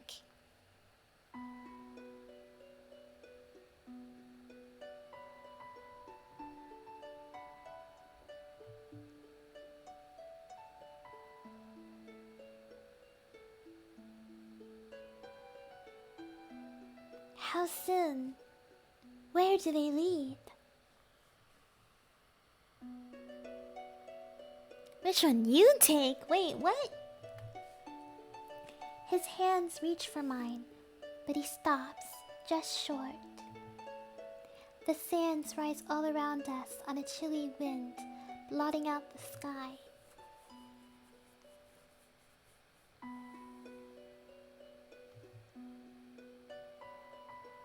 I fall into a dreamless slumber. When I wake, dawnlight is filtering through the dusty windows. I spend the early hours preparing my things, casting wild shadows on the walls. I am to meet the Countess at the palace, for some unknown purpose. I throw on a traveling cloak and hurry outside, dragging the heavy door shut behind me. After last night's intrusion, I turn the first lock, and then the second, and third. Almost satisfied, I press my right hand to the door and whisper across me that spell. White rolls glow deep within the door, slowly fading into the grain. I'm about to leave when the hair at the nape of my neck raises in alarm. Someone is right beside me, a dark shape looming in the alley. The form is certainly human, though enormous in size. Their flesh is scored with scars, clean and jagged, shallow and deep. Shrouded in a pall of weather-beaten furs, it's hard to make out a face, but they're definitely watching me. They stand between me and the road to the palace. Can you move? Excuse me, can you move? Stormy green eyes meet mine, unblinking. The hulking figure slowly slides to the left, clear of my path. I hear the rattle of fading chains swinging ominously beneath their robes. Thank you, kind stranger, for moving to the side. I square my shoulders and march forward. Suddenly, they speak, in a voice like distant thunder. What? Dang. Them 3 locks in that spell didn't keep that dude out. I'm guessing Julian is going to return.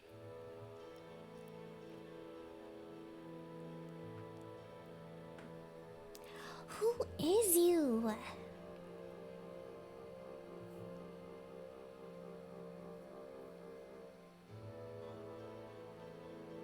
Oh, I have to not go with Julian. Okay, that's fine. I can do that. He walks around in a mask. You think I'm gonna go with him? No, I'm good. Like the rest of us.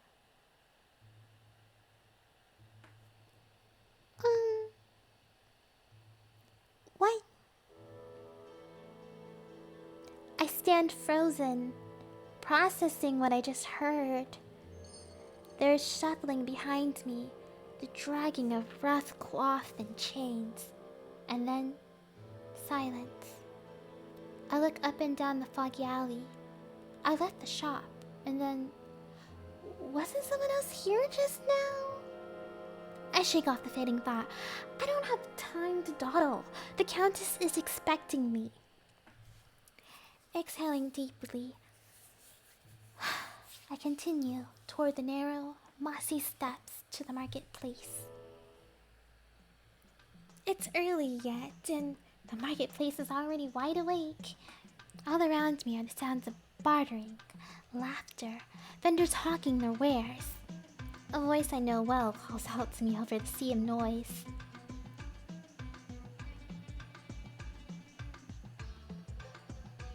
Ew, this character eats pumpkin? Gross.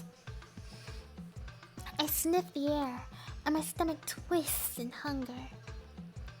Then again, I should be careful of the time.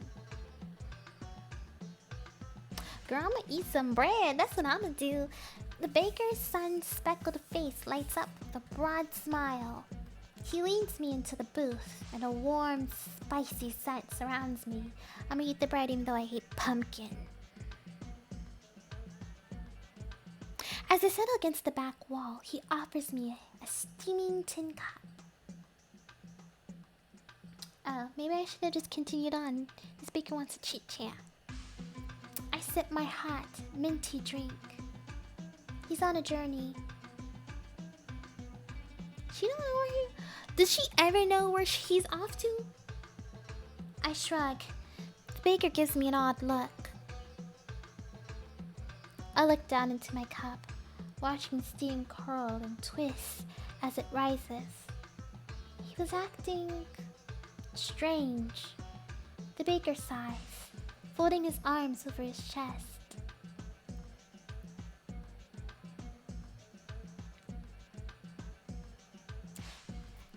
Okay, so you know he's often off on mysterious journeys, Mr. Baker. So why you ask me if I know where he's going when you already know he don't tell no one where he's going?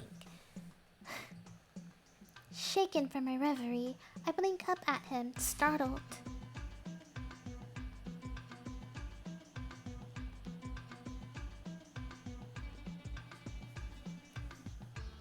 The Countess didn't go undercover. She just was out. Girl, no. Ugh. He gives me a meaningful look, clearly fishing for gossip. You're not getting nothing, Baker. But I smile and shake my head, downing my drink. How's that bread coming along? The baker goes to the small wood stove to check.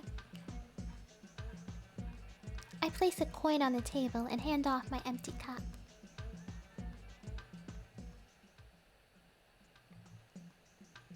I give a backwards wave and head back out into the flow of traffic. As I climb the well-worn steps, something catches my eye. A fortune teller. I hope I chose she, her for my pronouns at the beginning of the game, because you could choose she, her, he, his, and they, them. I hope I chose the right pronouns. Anywho, a fortune teller's booth tucked away in a shady corner. How nostalgic. Astor once operated out of a place just like it. As I'm lost in my musings, a patron emerges from the booth. Patron? Patron. Lucky numbers, check. Groceries. I don't notice them backing into me until we crash into each other. Ah! The impact makes me stumble, teetering on the edge of a step. It also upsets the basket balanced on the stranger's hip, which sends a dozen pomegranates rolling down the stairs. Oh, perfect. As if I wasn't already late. A start some drama? No, I'm not. I'm gonna help. I drop into a crouch beside the stranger to help. I spot a pomegranate as it's about to be stomped under a stray hoof and swipe it at the last second. When I hand it back to the stranger, their eyes sparkle with delight. Oh, thank you. How sweet of you to help. And after I bumped into you in the first place. Together, we hunt down the rest of the pomegranates. They're a little bruised, but no worse for wear. Well, I can't thank you enough. They offer me a hand. The skin of their small palm is rough against mine. Calloused. Probably shouldn't do this, but... Rubbing it off on his sleeve, they offer me a fruit from the basket. When I accept it, The stranger gives me a smile that warms my chest. Take care, alright? I'll see you around. The stranger's eyes widen when they take a closer look at me. Wait! I know you! I'm at a loss. I have no idea who they are. You're Alicia, the magician. Countess Nadia said we were expecting you. We? You can call me Portia. I'm Milady's head servant. Oh. All the pieces click together. The pomegranates for the palace. And Portia's name rings a bell. I think I've heard of her through gossip in the market. Well, how lucky were we? Come on, I'll show you the quickest path to the palace. As the sun journeys across the sky, Portia and I climb stair after seemingly infinite stair. Okay, let's go, lady. Legwork count. The higher we ascend, the fewer travelers we encounter along the way. By the time we reach the top, I can barely walk. Though Portia seems as energetic as ever, she pauses to let me catch my breath. Licia, I'm glad you're here. The Countess could use good help. And you look like a good sort to me. When we reach the palace, it's near dark. Before me is a towering gate of twisted iron. Beyond that, the palace rises in a swirl of glittering spires. 2 guards stand on either side of the gate. Their eyes glint at me from behind their helmets. But they lower their weapons when they see Portia. Ludovico, Vladimilia, this is Licia. She'll be staying as our guest. Licia, Ludovico, and Vladimilia. The guards nod at me, their stiff posture relaxing. In Yuzhin, they push open the heavy iron gate. It is Yuzhin, right? Unison? Is it Unison or Unison? Oh boy. Oh well. After you, Alicia. The gate slammed shut behind me, and there is no turning back. Portia leads me across a long, steep bridge. Some kind of eel twists through swirling waters below, glowing like a bloodless ghost. Portia tugs on my arm, leading me away from the edge of the bridge. Come on, we don't want to keep Milady waiting. Why did my accent change at the end of that? As we approach the intricate doors, anxiety starts to rise like bubbles coming to a boil within me. Is this wise what awaits me in this fortress so far from home? Too soon we are standing before the doors. Here we are. She swings her fist against the copper plating, 3 skull-rattling strikes. As the last echoes fade, the pendulous doors swing inward. Number 3, the Empress. Inside the palace, the floors, walls, and steep ceilings are all clean-cut, polished stone. A servant with a blue feathered cap comes sweeping up to us. With a deep bow, they pass me and dash to Portia's side. Chamberlain, how are we doing on time? Terribly late. The 5th court is over. Her ladyship is in a most unhappy state. Portia chews her lip and hands the servant her fruit basket. Have the sommelier fetch a bottle of the golden goose. The servant departs at a hasty clip, disappearing behind a panel in the wall which slides seamlessly shut. Too bad. I'll escort you directly to the dining room. Dining room? Was I to dine with the Countess? What? Don't tell me you thought we wouldn't feed you! I hastened to keep up with her purposeful strides. Soon we are standing before a fine mahogany door. Portia opens the door, leading me inside. Rich scents linger in the air, unfamiliar and tantalizing. Why is Habanera from Carmen playing? Okay. Ah, Licia, welcome to the palace. Have a seat. You're too late for dinner, I'm afraid. She brings her glass to her lips and drinks deeply. Portia leads me to my seat. Another servant removes what might have been my plate. I was beginning to think you had forgotten my invitation. But perhaps you're simply unaccustomed to travel? You look exhausted. Why, I can see your cheeks gleaming from here. The Countess downs her glass and Portia appears at her side with a bottle enrobed in a shimmering foil. Ah, Portia. How thoughtful of you. My pleasure, milady. Portia fills both of her glasses, and the Countess takes a sip of hers. A golden goose? A marvelous choice, Portia. I reach for my own glass to cover the awkward moment, and stop, transfixed by the strange painting before me. The scene is that of a meal shared among a host of figures with the heads of beasts. The table is laden with small animals provided by a central character with the head of a goat. Rays of gold glitter around its head, and its red eyes are strikingly lifelike. Do you like it, Licia? The painting?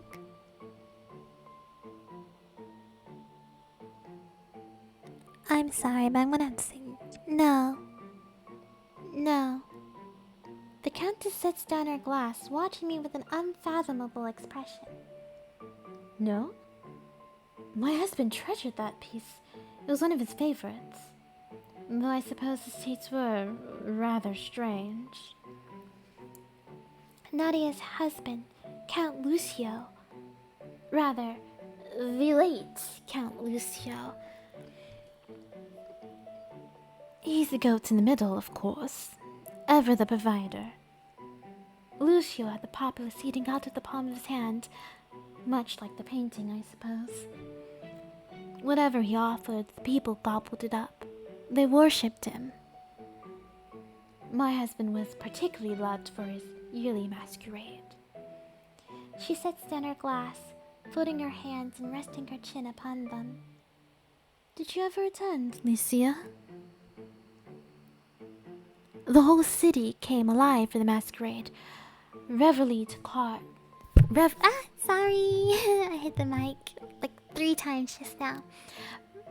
The whole city came alive in the masquerade. Reveille took hold of hearts young and old. All in celebration of Lucia's birthday. And what a celebration when he opened the palace gates to all.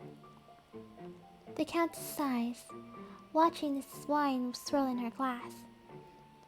Such a fond memory of many, and now is shrouded in sorrow. A terrible shock to the guests. To find their host murdered so violently at the last masquerade. The servants lower their eyes. I too avert my gaze, back to the painting. My poor husband, buried alive in his own bed. And at the celebration of his birthday, what did he do to invite such hatred? After such a shocking scene, guests to the palace have been scarce. I look away from the portrait just in time to meet the Countess' keen gaze. But now that you are here... Now that I'm here? She says it with such gravity, such confidence. Countess, what does any of this have to do with me? Licia, the masquerade is precisely why I called you here. This year, I intend to hold the masquerade once more. I stare at her. So does every servant in the room. How? Why? The festivities in Lucia's honor would be more fantastical. Excuse me. Fantastical. Oh, wait. I messed that up. Let me redo that. The festivities in Lucier's honor will be more fantastical than ever. There is but one loose end in need of tying. Count Lucier's murderer still roams free to this day. Dr. Julian Deverock, my husband's former physician. I sit very still, suddenly cold all over. Dr. Julian Deverock. Now I remember the name on the wanted posters. Now I know exactly who broke into my shop. Dr. Deverock confessed to the crime when we caught him. All that is left is his sentence. Execution by hanging. There's a terrible crash. Portia's face is stricken with horror.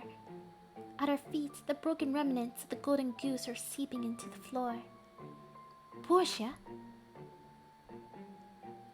Forgive me, milady. Slippery hands. You are forgiven. Two servants rushed to her aid, sweeping away the shattered mess with windspread speed.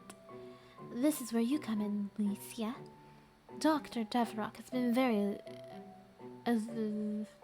elusive? This is where you come in, Alicia. Not Alicia, it's Licia. Oh my gosh. This is where you come in, Alicia.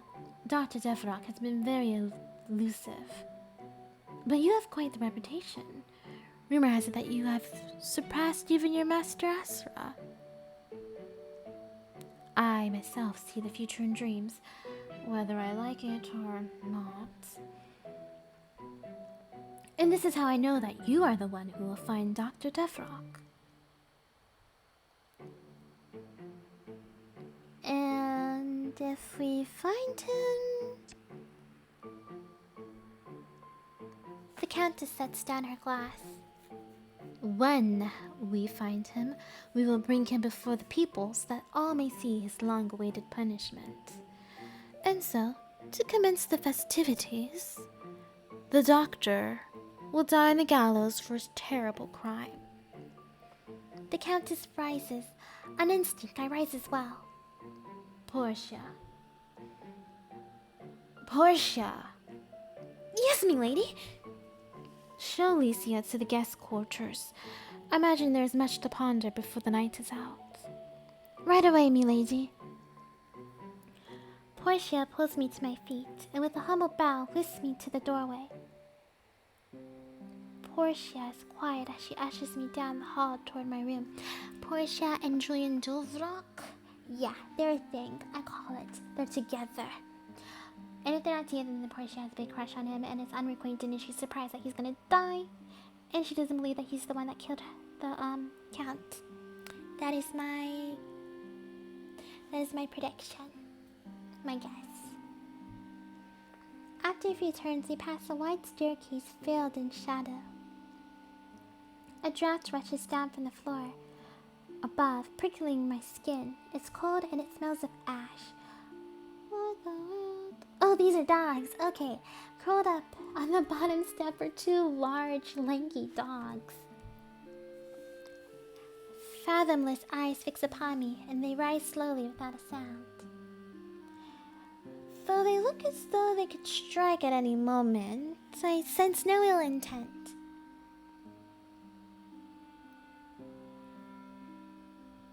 I hold out my hand and they approach to sniff it. Their huffling breaths tickle my skin, and their tails start slowly wagging. Well, this is bizarre. They never take kindly to strangers. It's just how they were trained, but I've never seen them act like this. Slim snouts brush up against my sides as the dogs investigate me further. Satisfied, they draw back, looking at me expectantly. They get the pets. On a whim, I reach out to run my hand over the smaller one's silky coat. I wouldn't do that if I were you. The dog rears back from my hand, or from Portia's panicked tone. I'm not sure. Sorry, they're a little unpredictable. They seem to like you, but I'd rather you keep that hand. The hands trot dutifully back to this spot. They nearly blend into the marble. Oh, no wonder they're like this. They haven't had their chamomile cakes. She looks nervously from me to the two dogs, still as statues. Wait here, Alicia, and it's probably best to keep your distance from them. I'll be right back with those cakes. Portia swoops through a sliding panel on the wall. I'm left alone in the hallway with the dogs. I feel the bigger one sniff my side. Instantly, when I look down, it simply pulls back and stares. Then the smaller one is sniffing my other side, huffing samples of my scent. I roll around, and it sits back on its haunches, watching me, innocently, cheeky. As I look into its one sanguine eye, an unsettling sensation ripples through my body like a wave of fever.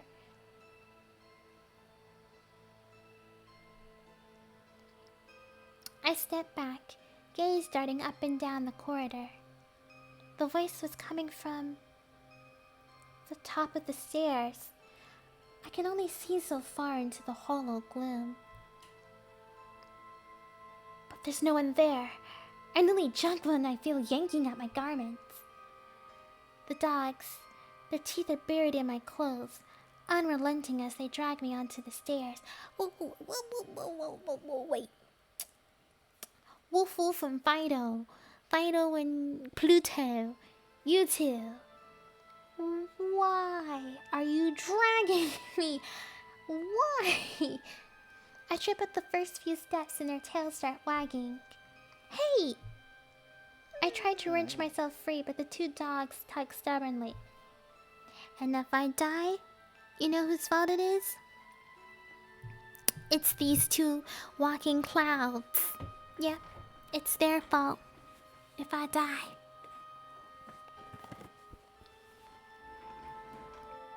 I'm right by the kitchen. I'm just trying to grab a snack. ASMR eating time? Maybe? Maybe not.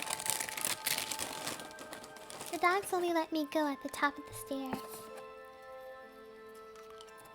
The floors and walls are frigid stone, and the air smells of ash. My head is spinning, and I hardly feel the chill in the air.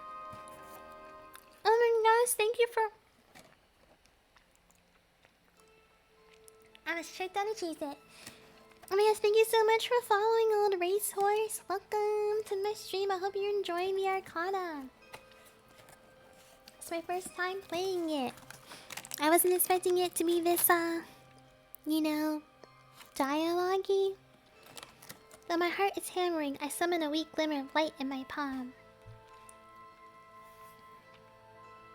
Like, honestly, I was hoping they would have voice acting in this, but I'm the one that's reading this by myself. Whew. I look around for the dogs, but they're nowhere to be seen.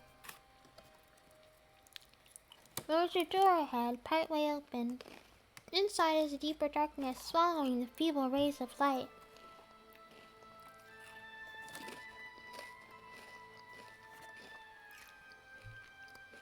I'm curious, let's enter the room. Just this one time. Okay, yeah, so as you can see, this is one of those games we're gonna have to pay to play. Lovely. This may be the first and last time I'm playing this game because of that. Also, sorry, I totally elbowed the mic. The magic in my palm shrinks to a fluttering glow when I step through the doorway. Coming from the hall, it's warm inside. The thick air has a strong, peppery taste. Okay, we got... This room has a flavor. It is spiced up. A heavily canopied bed stretches midway across the room. I pass an extravagant suit of armor. A marble writing desk with a white peacock feather pen. All blanketed in ash.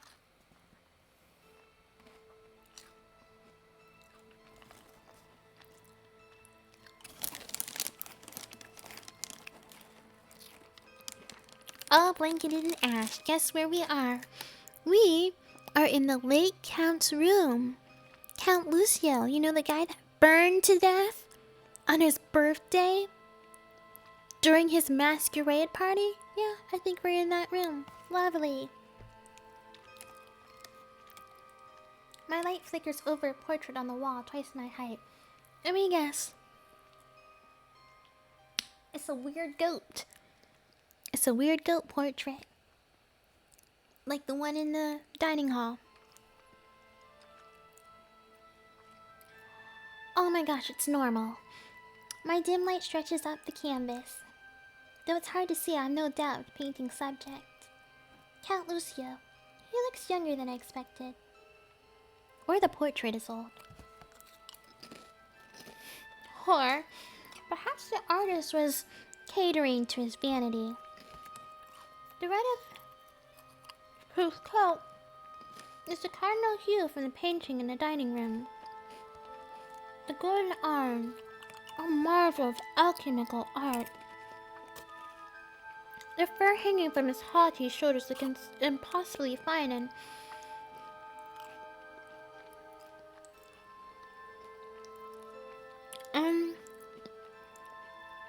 you know,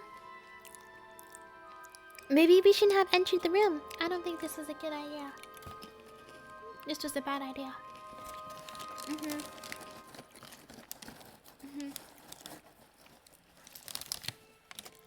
A miasma of thick, scorching air pushes my hand toward the portrait. No, this was bad. Should not have entered the room. Should have kept pushing. But I feel nothing but ash and canvas. There's a snickering inside my head as a haze settles over my... No, we're getting possessed. I'm getting possessed by something. No. Why did I enter the room?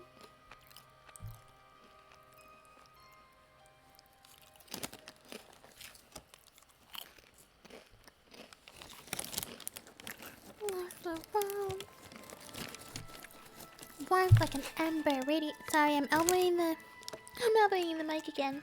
Warmth like an ember radiates at the back of my neck. The magic in my palm reacts.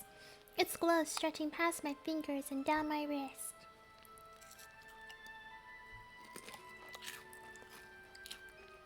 The strange sensation subsides, and the voice grows fainter, even wistful.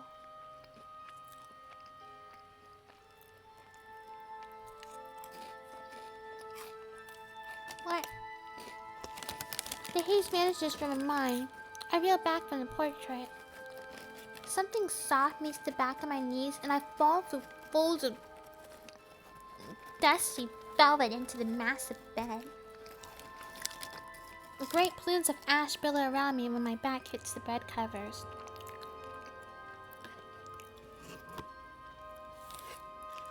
Oh, no. No shit, Sherlock. This is Count Lucio's bed, right where he was murdered. Incinerated.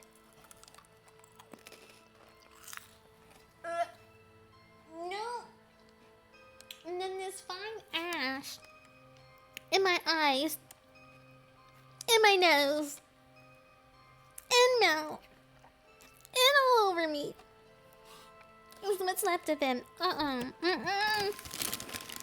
Why did I enter this room? Why? Why? I clap a hand over my mouth, smothering a scream as I struggle to stand. He's inside you now. He's part of you.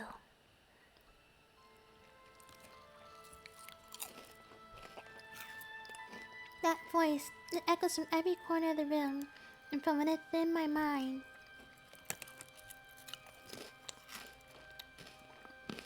Who are you? Are you Count Lucio? The temperature drops, my hurried breaths turning into fine mist. I hear shifting in the fine ash, and a weak cry unlike anything a human would make. No. An unseen breeze moves past me, tickling the trim of the canopy. Towards the portrait.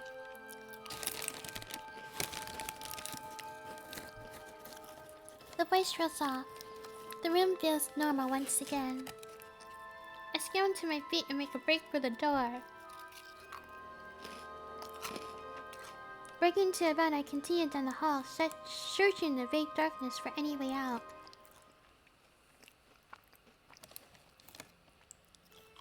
The portraits on the walls watch me run with cold,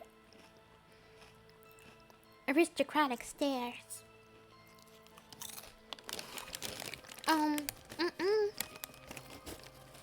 Girl, she didn't. Against all good sense, I stop and turn around. See, my black butt would have continued. I would have kept going, would have kept it pushing.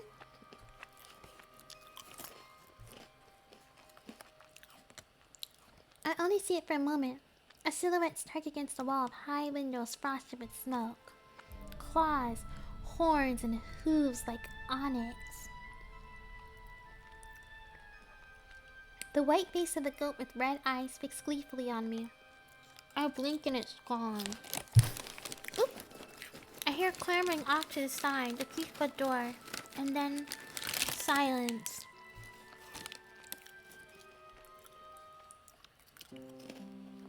By the time I stumbled down the stairs, disoriented, Portia is looking around corners for me.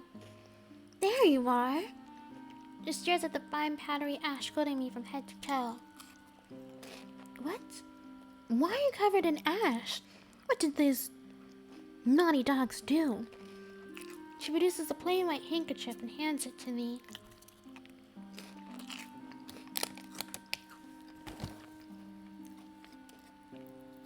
Oh no, the dogs didn't do nothing much. They just took me to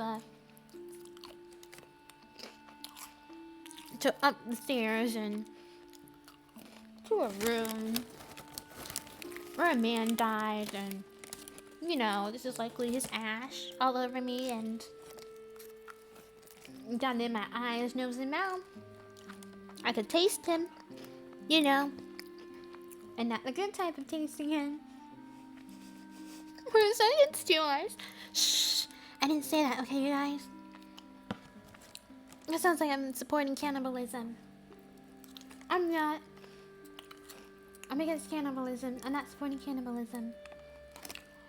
I was talking about, you know what? No. In the end, all I can muster is these not things as I dust myself off. My mind feels fogged, struggling to make sense of the shadows I saw. The whispers I heard. Portia takes me gently by the elbow, helping me brush off the last of the ash. I just stabbed my mouth with the corner of a Cheez-It. That's what I get for the tasting him comments. You know, I'm just gonna leave these cakes right here. Let's get you to bed.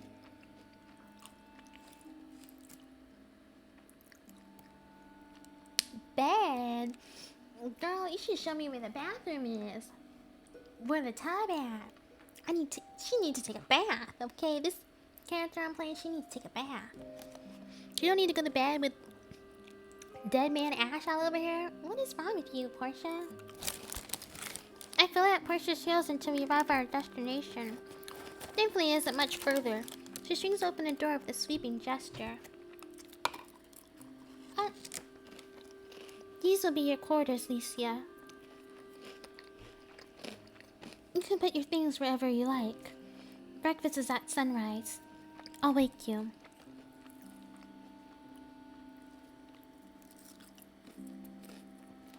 I'm gonna eat some more crackers before I say the next line.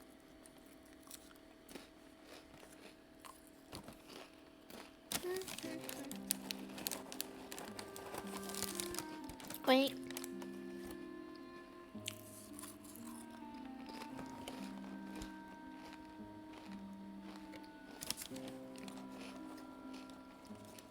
My fatigue must be showing.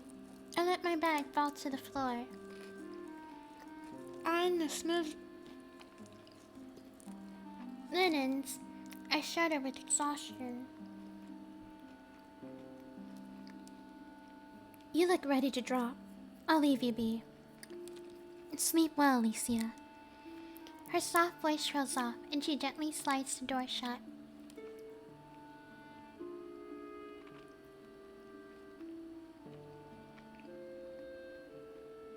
I need to drink water. At once I bore into the luxury sheets. It feels as though I'm weightless.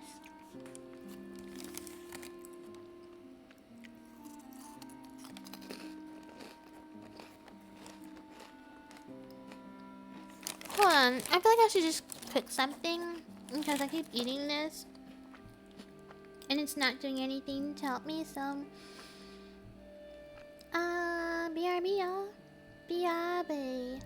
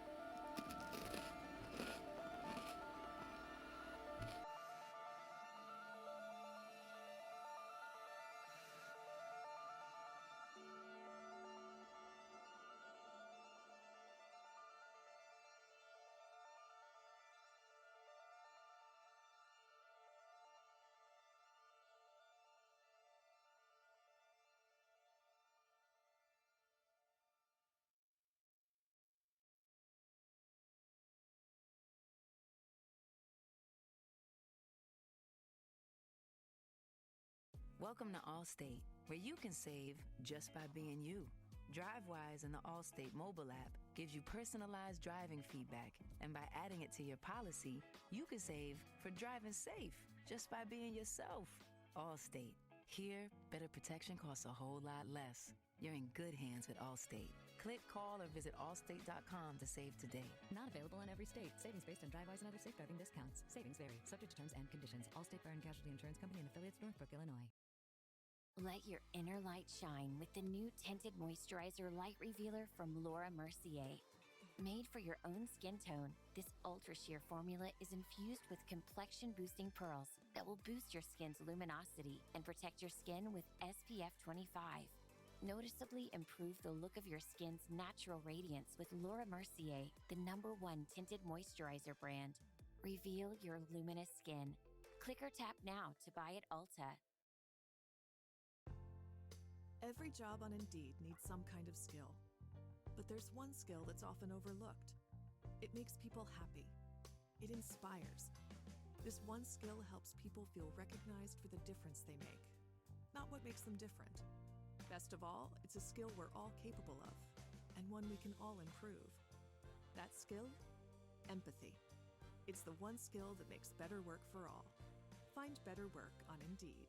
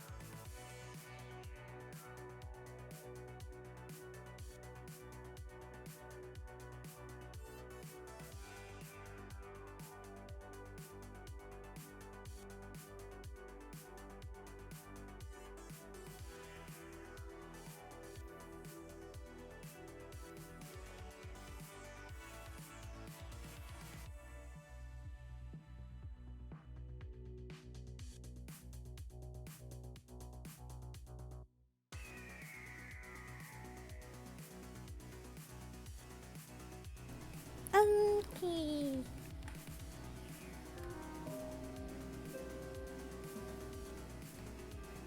I'm back. I mean, I didn't eat everything, but oh, dang it. I didn't read that line before I clicked next. I'm so sorry. My apologies. Good job.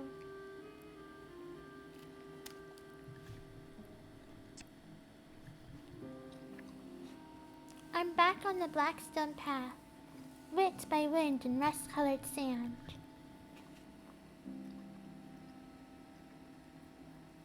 The thick, dark clouds hanging overhead are heavier than before. But if I'm dreaming again, where's Asra?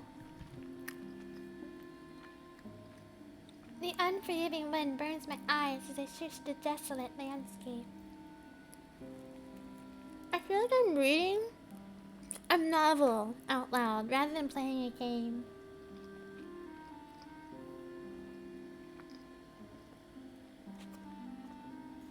Up ahead, too far to reach.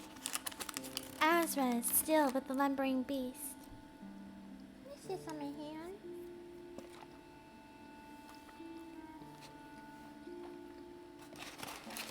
They stopped at the fork in the road. One way goes east, the other west.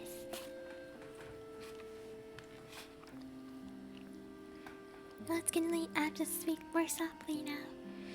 Azra dismounts the creature, placing a hand on its hide. It turns down the path to the east. Azra walks west, and I know at once he is going the wrong way. Not that way! Not again! His head turns, even from the uncrossable distance. I feel her eyes meet. His voice is just a longing whisper on the wind.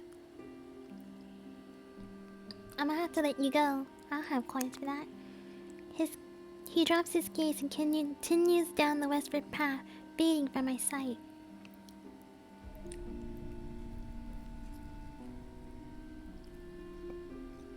I'm calling after him, even as my dream is swallowed by sand.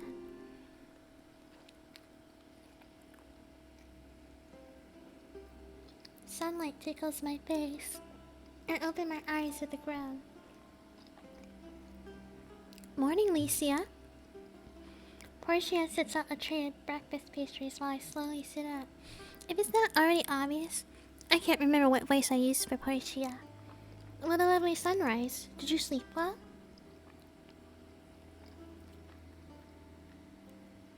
The Countess wants you to meet her in the library once you've eaten and dressed.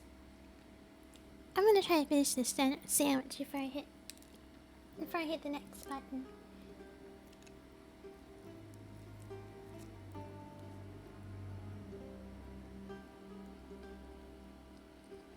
So, enjoy the view of,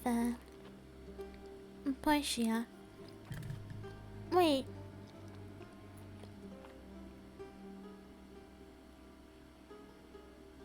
Dang it! Oh my god, I didn't change the screen. I was like, why is my... Did I leave? Because I'm watching the stream and monitoring chat as I'm doing this. I was wondering why my BRB screen was still on my monitoring thing. Dang.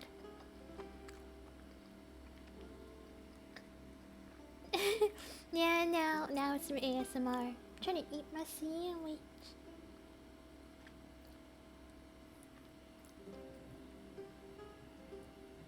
I can't believe I left my BRB screen on. Oh.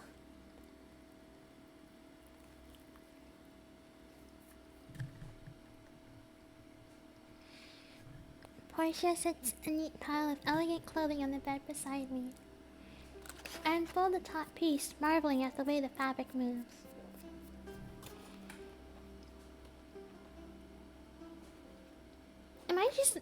Is this just an interactive novel that I'm playing right now? Because I don't know, I was expecting, a little bit more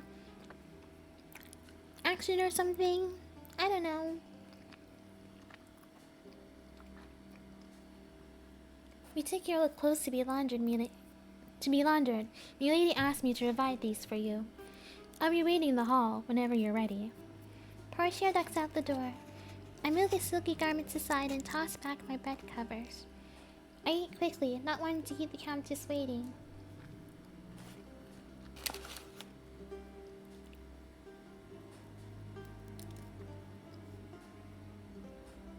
Why is this end of the sandwich bread tough?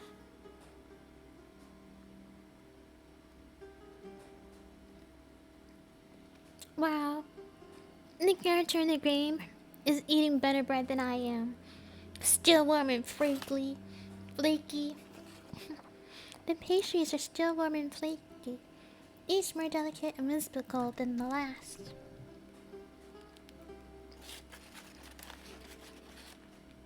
Then I disrobe and pull on my new. What is this? Yeah, my finger. Then I disrobe and pull on my new outfit, fumbling with its clasps and buttons. Ooh, don't you look nice? The Countess has a real eye for fashion. She'll definitely be pleased.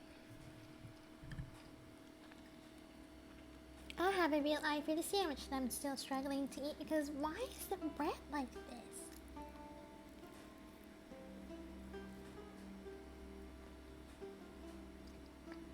No, seriously.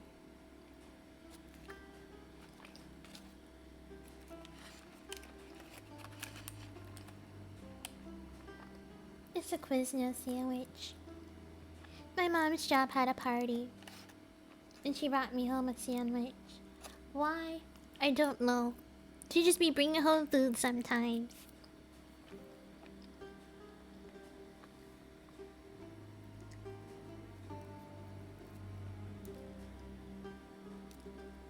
At least it wasn't candy.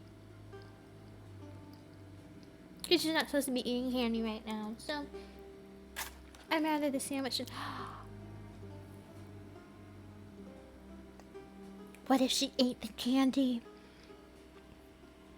beforehand? Before she got home. And so I would never know if she had candy or not. Ooh.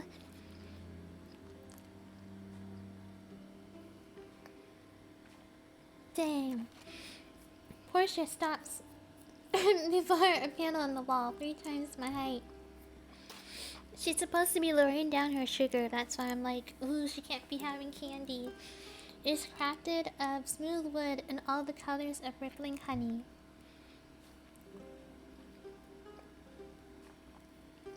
Carved with dazzling intricacy. Intricacy? Is a great tree in the height of maturity.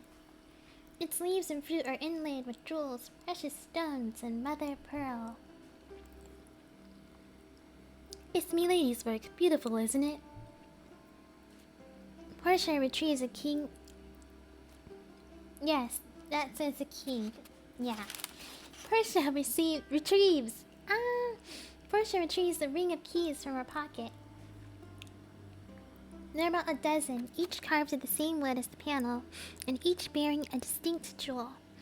One by one, she finds their locks in the panel. With each key, the roots of the tree start to unwind from each other, pulling free from the floor. When all the locks have been turned, the panel folds upon itself on either side like a paper fan.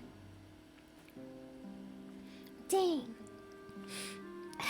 I thought something interesting was gonna happen, but it's just me reading more.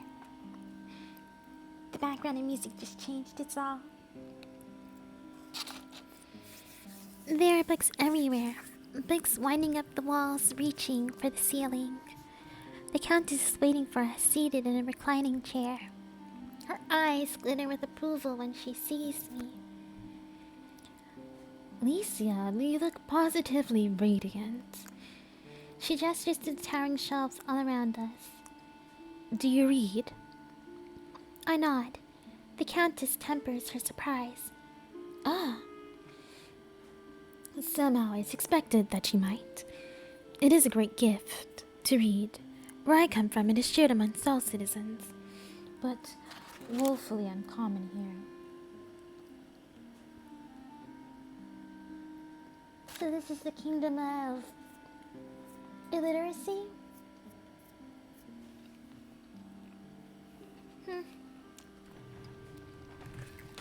Okay.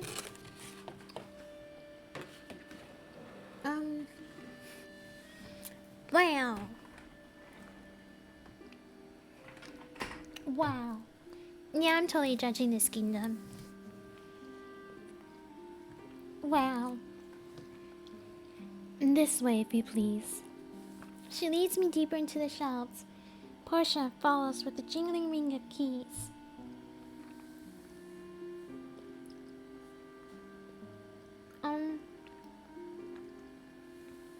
This is kind of reminding me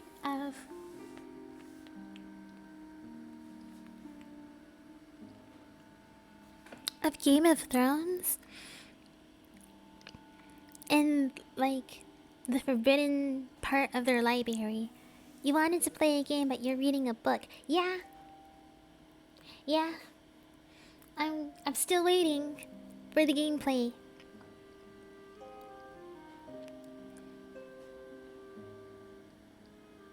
Is this supposed to be an interactive? Let me check. I'll check on my phone. Is this supposed to be an interactive novel? Cause oh my gosh.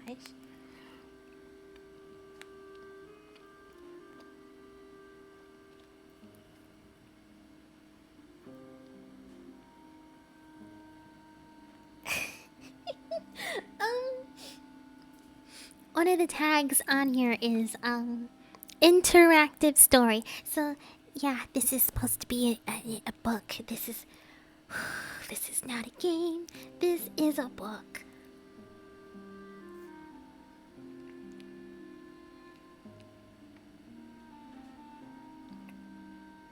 I'm making a face right now. It is a face of displeasure. I just spent like an hour and 30 minutes reading a book, having so much hope that it will be a game. But nah, it was a book. Yeah, I'm changing the game. Dang. Dang. I feel like I got. I don't know how else. I feel like I got. Even though I should have read the tags a little bit more closely, I feel like I got. Yeah. I can't believe it. I pretty much just streamed reading a book. Oh, I should have done Alice Closet. Yep.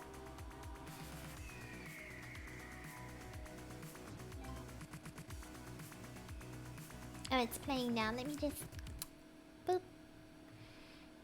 Oh, no.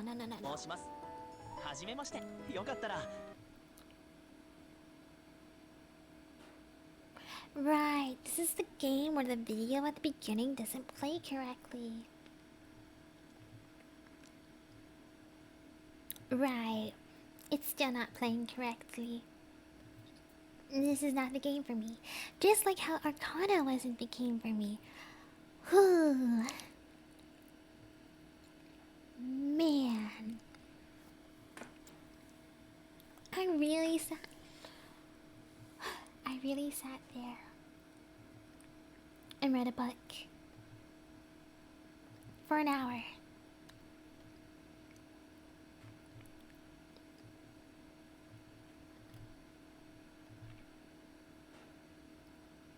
I'm not too sure what I want to play now.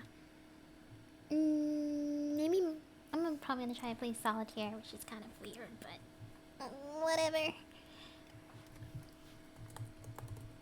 Solitaire.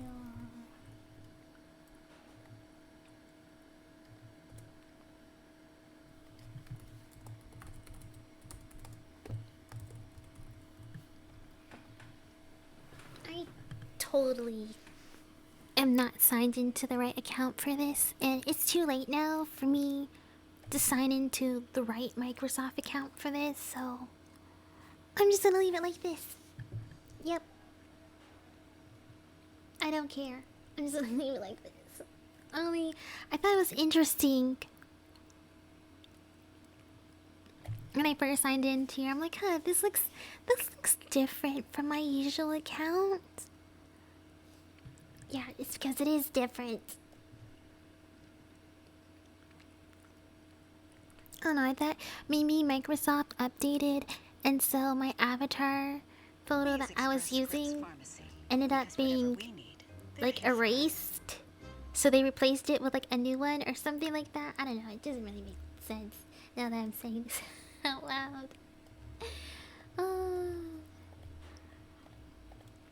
Let's go Solitaire. But also, not playing this without music.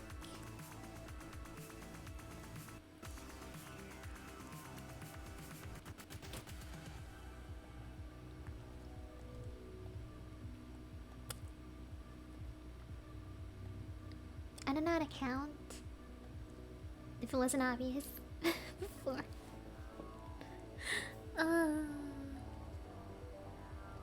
The point is to try to make it get to 13.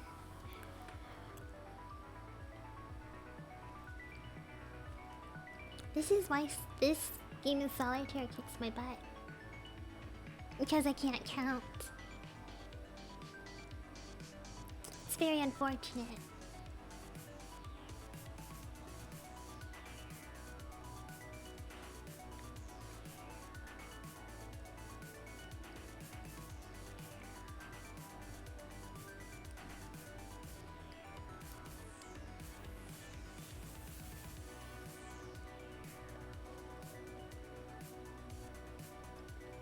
Okay, wait, we're getting somewhere, let's go.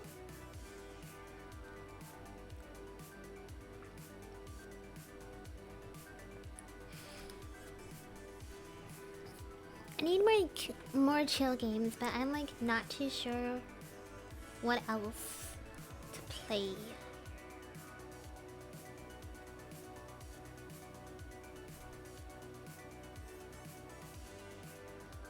Wait.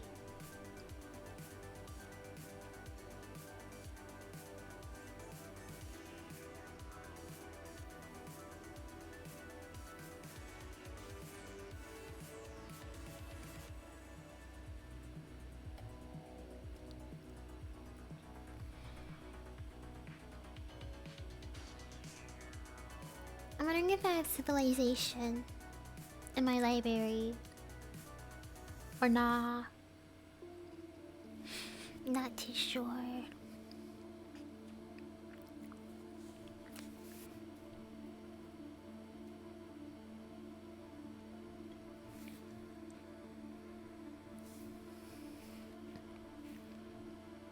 Nope, no Civilization in my library.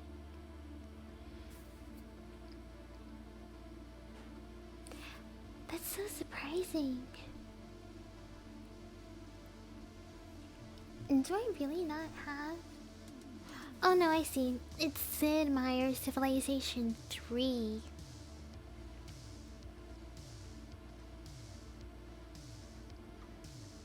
Maybe I'll play that next stream.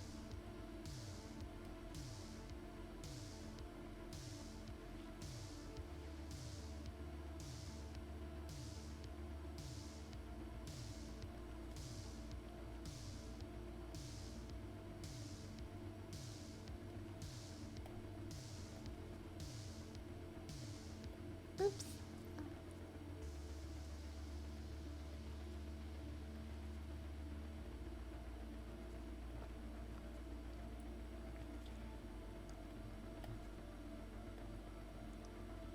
Well, I'm kind of going fast for this round. Usually it takes me just a wee bit longer to get through this.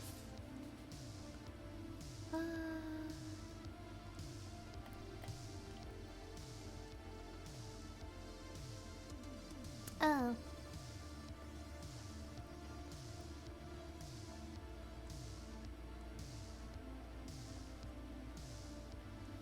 I just need a 9.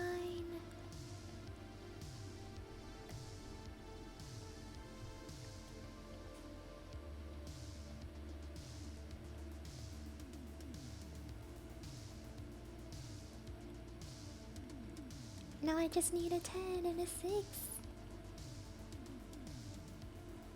Oh. Huh. Oh, that worked out.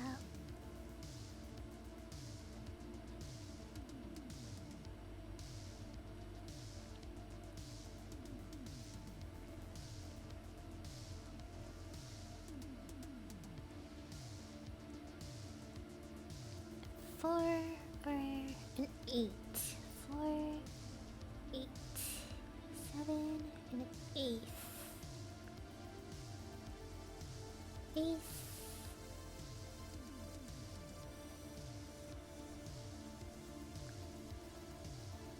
I can't remember if there's another 7 in. Okay, there we go. I was like, I can't remember if there was another 7 in the deck or nah.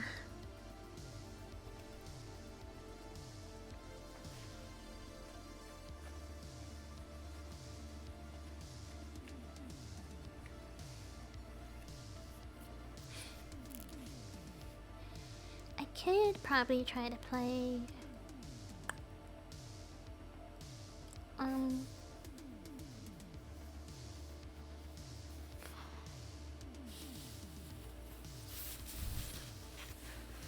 I forgot. Train of thought is just gone. I forgot what I was gonna say. Oh boy.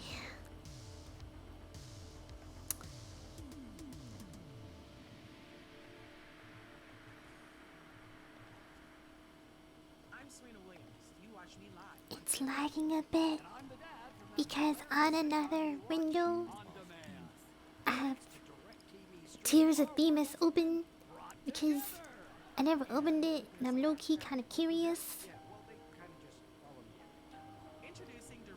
how big the file size is. So maybe next stream I'll probably play that.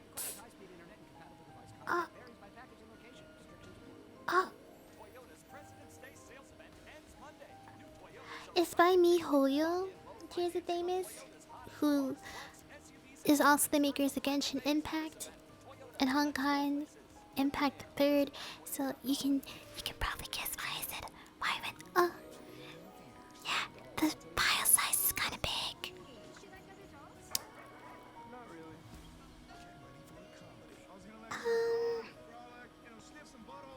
Oh my goodness. I know our internet is like faster now, but no. It's not that fast. Oh my goodness. It's huge. Or bigger than what I expected a mobile game to be. This will not load. It will not.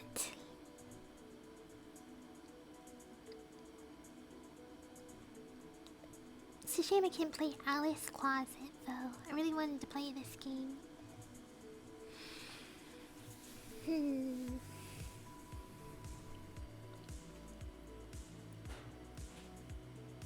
Part of me wants to uninstall the Arcana simply because it's like, it's not a game. It's an interactive story. I think I am going to uninstall it and then put something else in its place. Just not too sure what I want that something else to be.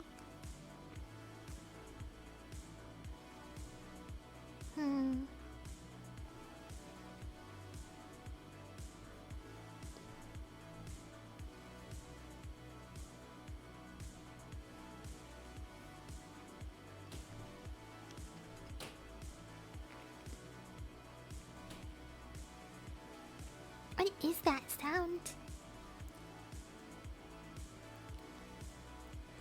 That I am hearing? Is it my neighbors upstairs or like what?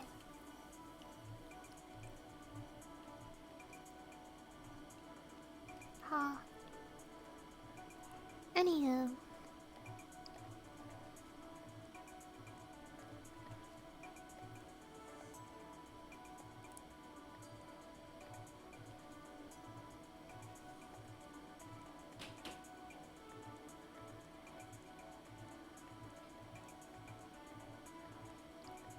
I was about to say, is there like no 7s whatsoever in this deck or something?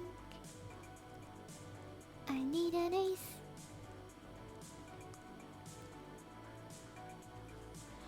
Oh, I'm gonna be here for a while because I have to clear all the aces. Okay.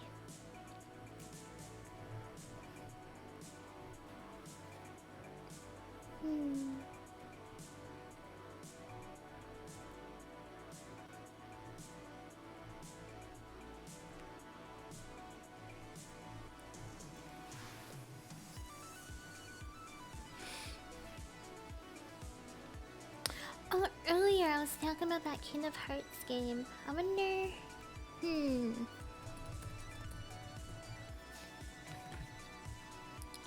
Kingdom Hearts Dark Road? Wasn't it called something else though? Or am I tripping? I'm pretty sure it's called something else.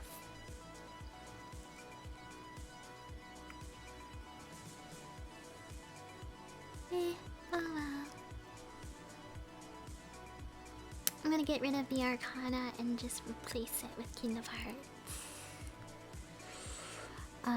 Dark, whatever the heck it is. It's not Union Cross, wherever the game was. I don't even remember what I said. Oh boy.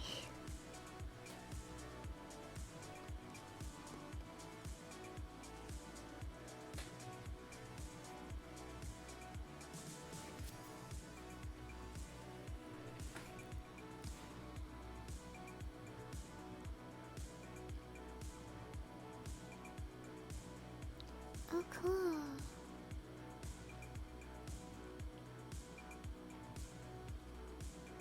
We're gonna pretend that the lag doesn't exist, okay? The lag is only existing because I have too many windows open and I'm making my laptop angry. Because I am making it work hard. Oh well.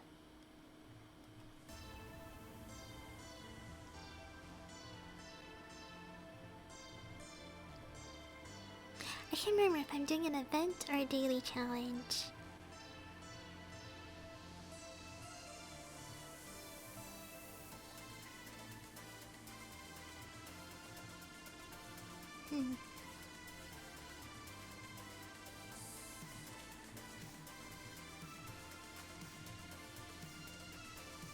No, click on it. And a file. Oh my gosh. This game's taking forever. Oh yay, we're finally done.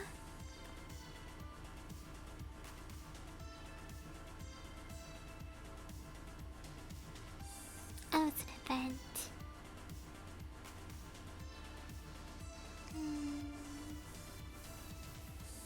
Yeah, nah.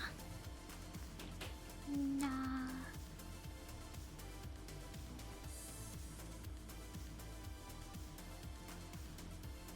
Nah.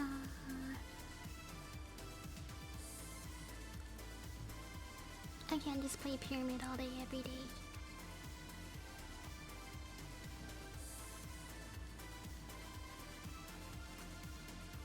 Hey, let's go.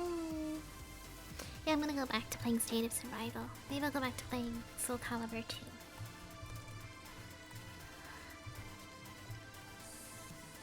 If it will load.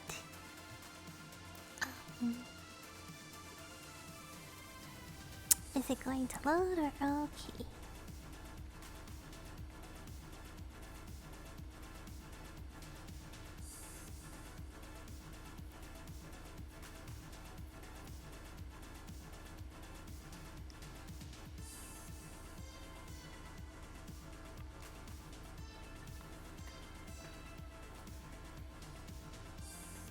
Okay, good night. Thank you for stopping by.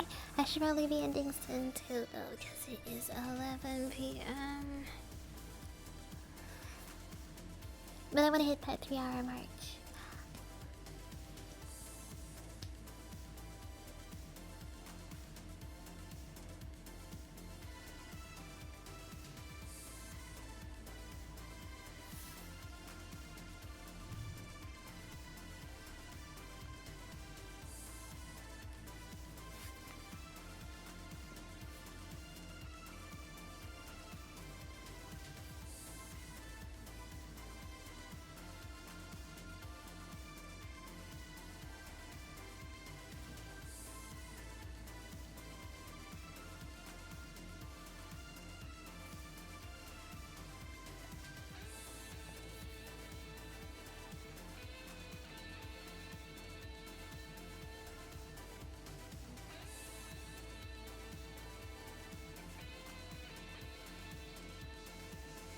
Is this going to take all of 2022 to load? It's because I'm trying to download something. I think this is the game's way of telling me that I should end stream now. By DoorDash. Dashmart is the best And place I to get will. almost anything you want delivered. Okay. Fast and fresh. Why? Because while I am a patient person, apparently when it comes to game loading times, I'm not patient. Patience goes out the door once I have to wait for a game to load. So I'm gonna find someone to host. For $10 off your next order. I mean, I'm not too sure I'm gonna be hosting. I don't have like an idea in my head, so I'm just gonna like go through here and look for someone. You know, I wanna host. I'm gonna host Mina no Hime. She's playing Lost Ark. All out of skips? With premium, you get unlimited I like her. skips She's to cool. fasten the songs Oh, you don't want to hear, okay. even on mobile. So the next time you're looking for that perfect song to set the mood, you won't have to wait I will around to get play all a the little skips. bit Step of back into this, the world of premium. Hear what you want, and then I will host Mina no Hime.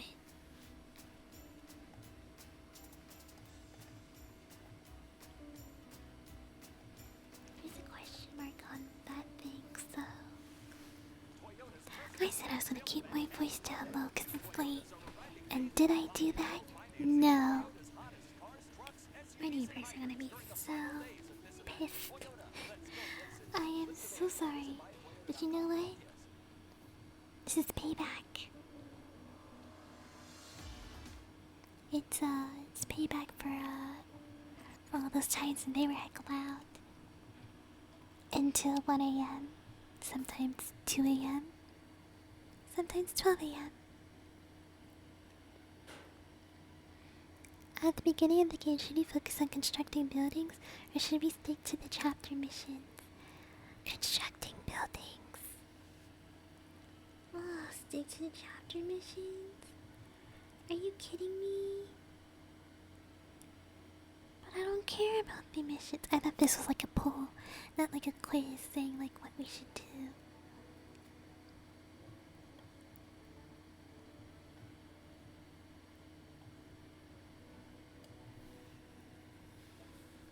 Because honestly, I'd rather focus on constructing buildings rather than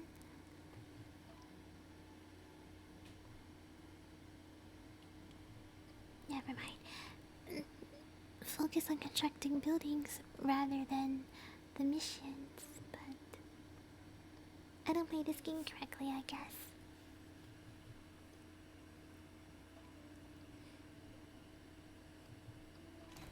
Oh, we can upgrade the headquarters. I'm gonna do that right now. It's gonna take 15 minutes, so with that being said, thank you all so much for coming to see me today. I'm going to be hosting Mina no Hime. She's playing Lost Ark. I hope you guys have fun watching that.